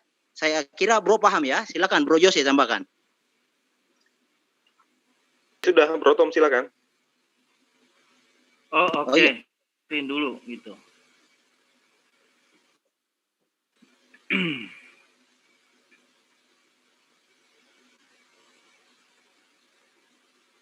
Udah jelas ya, udah kelihatan ya. Maaf, udah jelas ya. Sudah jelas. Apa diperbesar dulu ya? Perbesarnya. Sorry, saya perbesar dulu ya biar kelihatan. Nah, di dalam Alkitab itu memang dipergunakan ada beberapa bahan ya, tetapi seperti yang saya bilang tadi itu di pengawasan, kontrol dan kendali dari Allah sendiri ya, melalui proses pewahyuan dan proses pengilhaman. Contoh bahan yang satu ya, bahan yang langsung dari Allah, 2 loh batu, itu bisa dilihat dalam Ulangan 9 ayat 10 ya, berisi 10 hukum. Penyelidikan, jadi Lukas ini mewawancarai saksi mata, Petrus, siapa lagi, rasul-rasul yang lain ya. Terus ada bahan nubuat, saya sudah tunjukkan tadi nubuat contohnya dalam kitab Daniel ya. Daniel itu pasal 11 ayat per ayat digenapi. Jadi itu nubuat yang tidak main-main, 400 tahun ayat per ayat disampaikan dan 400 tahun kemudian terjadi dengan jelas. Nah, bahan sejarah seperti kitab Kisah Para Rasul. Jadi Lukas ini menulis kitab Kisah Para Rasul, dia juga mengikuti bagaimana penyebaran Injil itu dilakukan. Terus contoh lagi kalau dalam Perjanjian Lama penaklukan Kanaan oleh Yosua, dia pelaku sejarah, dia juga menulis. Nah, terus ada lagi bahan lain, misalnya Titus 1 ayat 12, bahan lain ini artinya ini Titus 1 ayat 12 ini tentang orang yang percaya pada ilah-ilah lain gitu ya. Nah, di situ dikatakan perkataan orang yang tidak percaya itu, orang yang tidak percaya Yesus maksudnya ya, dia percaya pada berhala. Ada perkataannya itu ditulis. Nah, Kejadian 3 ayat 45 itu perkataan iblis ya, dalam menggoda Adam dan Hawa. Jadi bahan-bahan ini ditulis, dinarasikan oleh penulis gitu ya, oleh penulis diambil, tetapi atas pimpinan Allah sendiri. Jadi mempergunakan bahan itu. Nah, berbeda dengan apa yang saya tanya tadi, kalau memang Al-Quran itu adalah kalamullah atau firman Allah atau perkataan Allah. Nah, kenapa ada perkataan iblis di dalamnya? Nah, ketika saya tanyakan penjelasannya bahwa itu perkataan iblis tapi dinarasikan lagi oleh Allah sendiri. Kan begitu. Kan dinarasikan lagi oleh Allah sendiri menjadi perkataan Allah. Jadi perkataan iblis dinarasikan oleh Allah lagi dan diberikan kepada Jibril. Ya gitu. Jadi itu sesuatu hal yang harus perlu dijelaskan mungkin secara lebih baik oleh kawan-kawan muslim sehingga tidak menimbulkan baru dan kebingungan bagi orang yang mendengar. Gitu ya. Kira-kira kalau ada teman lain yang masih mau nambah, Bro Jose, kita masih ada waktu, Bro Herdi, silakan. Ya, silakan Bro Jose. Ya, kembali lagi pengertian Injil itu adalah kata Injil sendiri artinya kabar baik ya.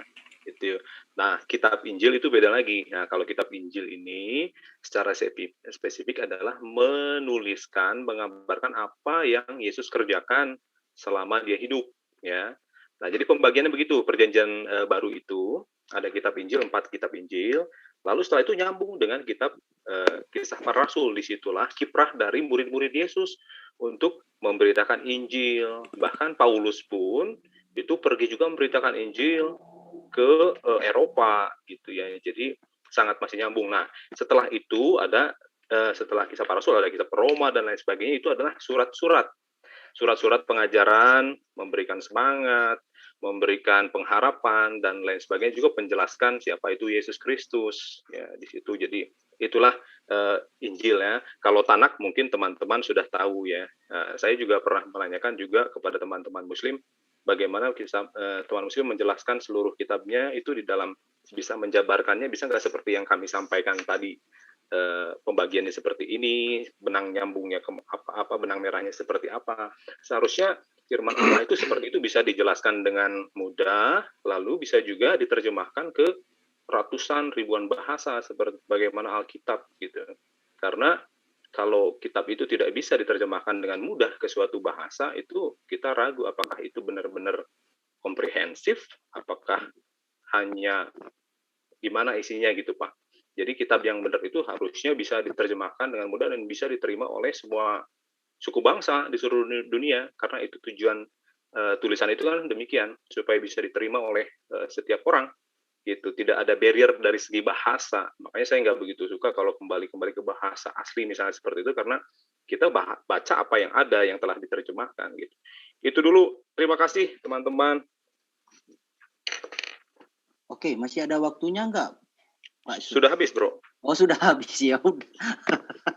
Habis. Oke.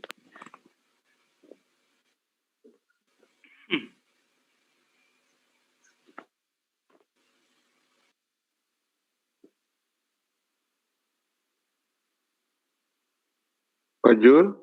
Pak Zul, Iya, halo? Ini kayaknya. Pak Zul monitor.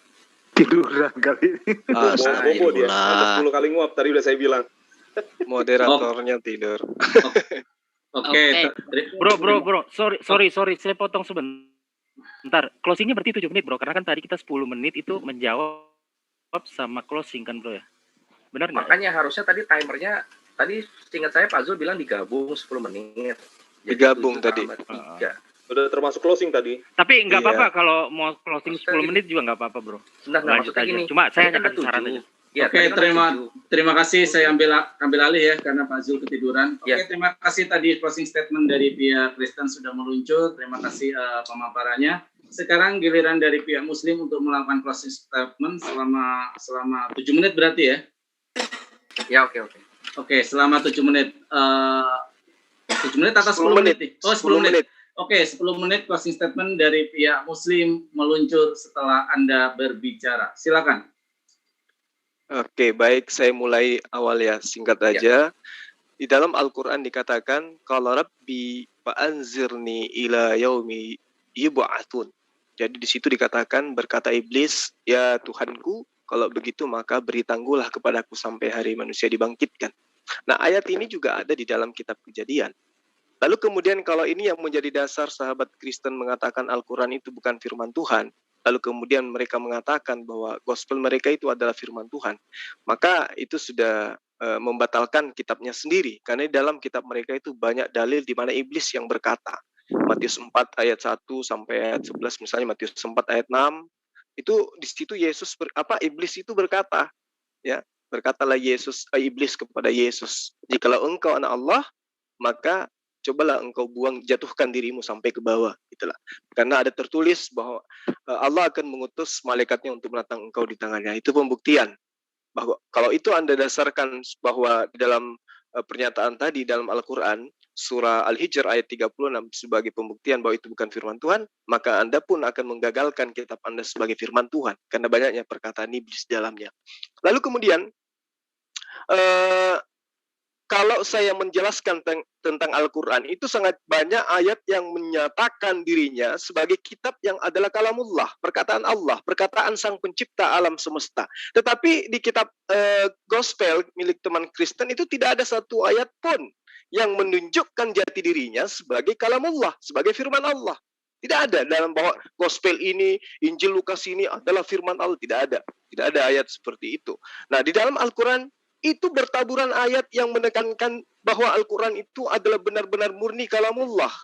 Nah, kalau saya menjadikan itu sebagai acuan, maka tentu teman-teman Kristen pun akan menolaknya. Karena itulah kemudian saya mencoba untuk mencari benang merahnya. Di dalam kitab Perjanjian Lama atau kitab Torah, ya, di Devarim 18 ayat 18. Di situ dikatakan Nafi Akim Lachem dan seterusnya, Allah akan membangkitkan seorang nabi. Nah, ada kalimat yang sangat menarik di sini. Di situ Allah mengatakan bahwa aku akan menaruh firmanku dalam mulutnya, di dalam mulut nabi yang sama seperti Musa.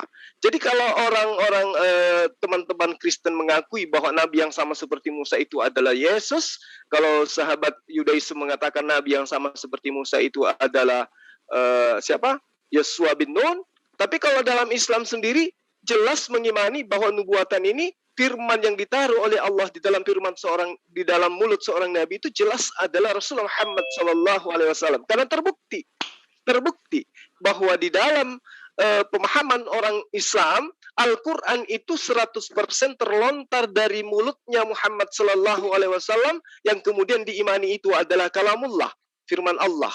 Tetapi bukan yang saya ingin jelaskan bukan mengenai siapa yang duduk di dalam menduduki nubuatan ini, siapa yang cocok dengan nubuatan ini. Saya hanya ingin mengatakan bahwa satu-satunya nabi, ya, kitab suci yang berasal dari satu sosok mulut manusia itu ada Al-Quran. Nah, kalau teman Kristen mengakui bahwa Ulangan 18 ayat 18 ini adalah Yesus, sangat-sangat disayangkan karena Yesus tidak memiliki sebuah kitab yang mana kitab itu semuanya terlontar dari mulutnya. Misalnya Lukas, ya, Tevelius yang mulia, banyak orang yang menyusun peristiwa-peristiwa yang terjadi di antara kita. Maka karena itulah saya terpanggil untuk menyusunnya kembali berdasarkan atas penyelidikan. Artinya kitab Lukas itu kalau dijadikan sebagai sumber tulisan Yesus itu salah karena tidak bersumber dari mulutnya Yesus semuanya. Sementara di nubuatan itu aku akan menaruh firmanku di mulutnya, dan ternyata tidak ditemukan adanya kitab yang bersumber dari mulutnya Yesus seutuhnya. Karena itulah kemudian saya mengatakan bahwa ketika saya menggunakan Al-Quran, pasti Anda tidak mengimani. Ketika saya menggunakan kitab Perjanjian Lama pun untuk menerangkan bahwa Al-Quran itu adalah kalamullah, Anda pun tidak akan mengimani. Tapi yang paling pasti, Anda tidak bisa menemukan titik terangnya ketika Allah mengatakan di dalam dalil itu, aku akan menaruh firmanku di mulutnya.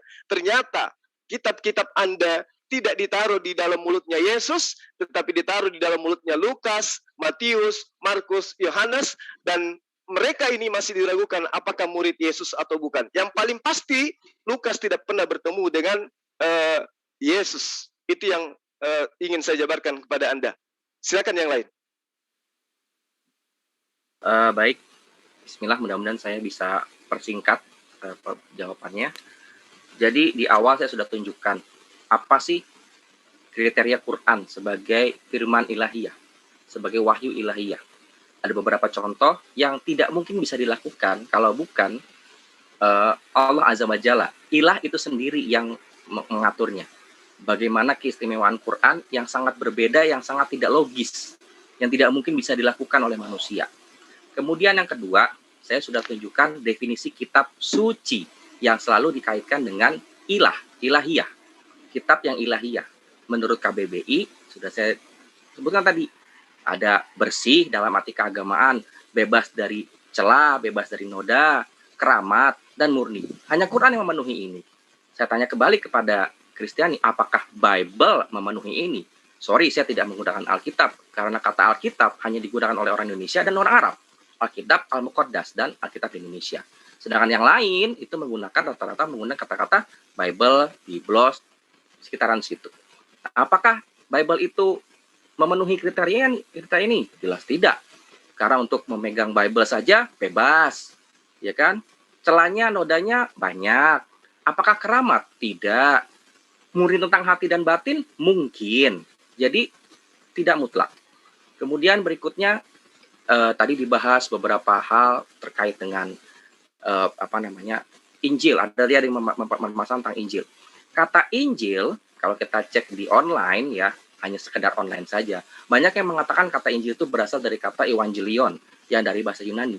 Ini masalah besar. Kenapa? Karena bahasanya Isa alaihissalam, atau katakanlah sementara ini Isa alaihissalam itu sama dengan Yesus Kristus, sama sementara ini ya, maka bahasanya Yesus Kristus itu adalah Aram. Jadi kata Injil seharusnya berasal dari bahasa Aram. Pertanyaannya sekarang, apa arti kata Injil dari bahasa Aram? Apakah kata Injil itu adalah kabar baik dalam bahasa Aram? Saya tidak tahu, saya belum pelajari. Tapi yang jelas bukan dari bahasa Yunani. Karena Evangelion berasal dari bahasa Yunani. Jadi kata Injil dalam bahasa Arab itu adalah Arabisasi, musta'ribah terhadap kata Injil, apapun itu bentuk aslinya, dari bahasa Aram. Sebagaimana kata Torah dalam Taurat dalam Quran adalah Arabisasi dari Torah, yang memang dikatakan atau digunakan oleh Musa alaihissalam. Itu bahasanya Ibrani, jadi fix, nggak ada masalah. Injil bahasa Yunani, bukan bahasanya Yesus. Murid-murid Yesus itu mendengarnya dengan bahasa Aram dulu pertama. Mereka sehari-hari mereka paham dengan bahasa Aram. Kemudian tadi ada disebutkan mengenai perjanjian lama dengan itu tidak terima dari Yahudi. Oh tidak, saya sudah pernah tunjukkan kok di sini fotonya, bahwa ada pergerakan progresif tentang kanonisasi perjanjian lama saja yang dilakukan oleh Kristiani. Yang berbeda dengan Tanakh, beda. Jadi nggak bisa kalau dikatakan bahwa itu hanya terima saja. Gitu. Oke, jadi secara keseluruhan kesimpulan saya secara jelas bahwa Quran sudah memenuhi banyak definisi tentang secara umum loh ya, kita belum bicara detail, adalah wahyu ilahiyah. Sementara Bible Kristiani itu jauh dari hal itu. Jadi nggak pantas disebut sebagai kitab suci atau yang diatributkan atau dihubungkan dengan ilahiyah. Silakan Pak Yusuf. Oke, terima kasih. Al-Quran itu adalah Al-Furqan, yang artinya adalah membedakan yang hak dan yang batil. Di dalam surah Al-Baqarah ayat 2, Dzalikal kitabul la raiba fihi hudal lil muttaqin. Al-Quran ini tidak ada keraguan di dalamnya dan petunjuk bagi orang-orang yang bertakwa. Di dalam surah Al-Waqiah ayat 77, innahu laqur'anun karim. Artinya Al-Quran itu adalah bacaan yang mulia. Nah, di dalam surah Ibrahim ayat 1, Allah juga berfirman, Alif Lam Ra, kitabun anzalnahu ilaika litukhrijan nasa minaz zulumati ilan nur. Minaz zulumati ilan nuri biiznihim ila siratil azizil hamid. Di situ ini adalah kitab yang kami turunkan kepada kamu supaya kamu mengeluarkan manusia dari gelap gulita kepada cahaya terang benderang dengan izin Tuhan mereka menuju jalan Tuhan. Artinya Al-Quran itu adalah menuju ke jalan Maha Pencipta. Terakhir dari saya, wa tammat kalimatu rabbika sidqan wa adla la mubaddila li kalimati huwas samiul alim. Habis waktunya. Iya. Iya, habis waktunya ya. Pak Farhan? Oke, terima kasih kepada, karena waktunya nggak nongol, jadi terima kasih kepada Akhi Yusuf yang sudah mengakhiri closing statement dari pihak Muslim. Terima kasih semua kepada pihak Kristen juga yang telah melakukan diskusi dengan baik. Semoga dari diskusi ini kita mempunyai pemahaman yang sama tentang sebuah kebenaran agama masing-masing, karena kebenaran tidak bisa dilaksanakan dan tidak bisa lompat pagar akidahnya masing-masing. Terima kasih sekali lagi kepada para Ikhwan Fillah yang ada di room Zoom ini, Zoom yang tempat berdiskusi yang beradab, beretika, bertoleransi tanpa basa-basi. Semoga apa yang kita lakukan ini menjadi pencerahan buat kita semua. Juga kepada para Ikhwan Fillah, audiens yang ada di JCC Menara Siar Group, yaitu Zulfikar Official Channel, Bang Zuma Official Channel, Penegak Islam Channel, Baksin Channel, Evakan Farluk Channel, Sakuragi Channel, Boim Channel, dan semua yang lain-lain, semua buat Bang Wan Channel. Semoga diskusi kali ini bisa memberi pencerahan kita semua. Akhirnya saya akhiri diskusi kali ini dengan ucapan alhamdulillahirabbil alamin. Akhirnya saya ucapkan wabil taufik wal hidayah. Wassalamualaikum warahmatullahi wabarakatuh. Waalaikumsalam warahmatullahi wabarakatuh. Waalaikumsalam warahmatullahi wabarakatuh. Assalamualaikum warahmatullahi wabarakatuh.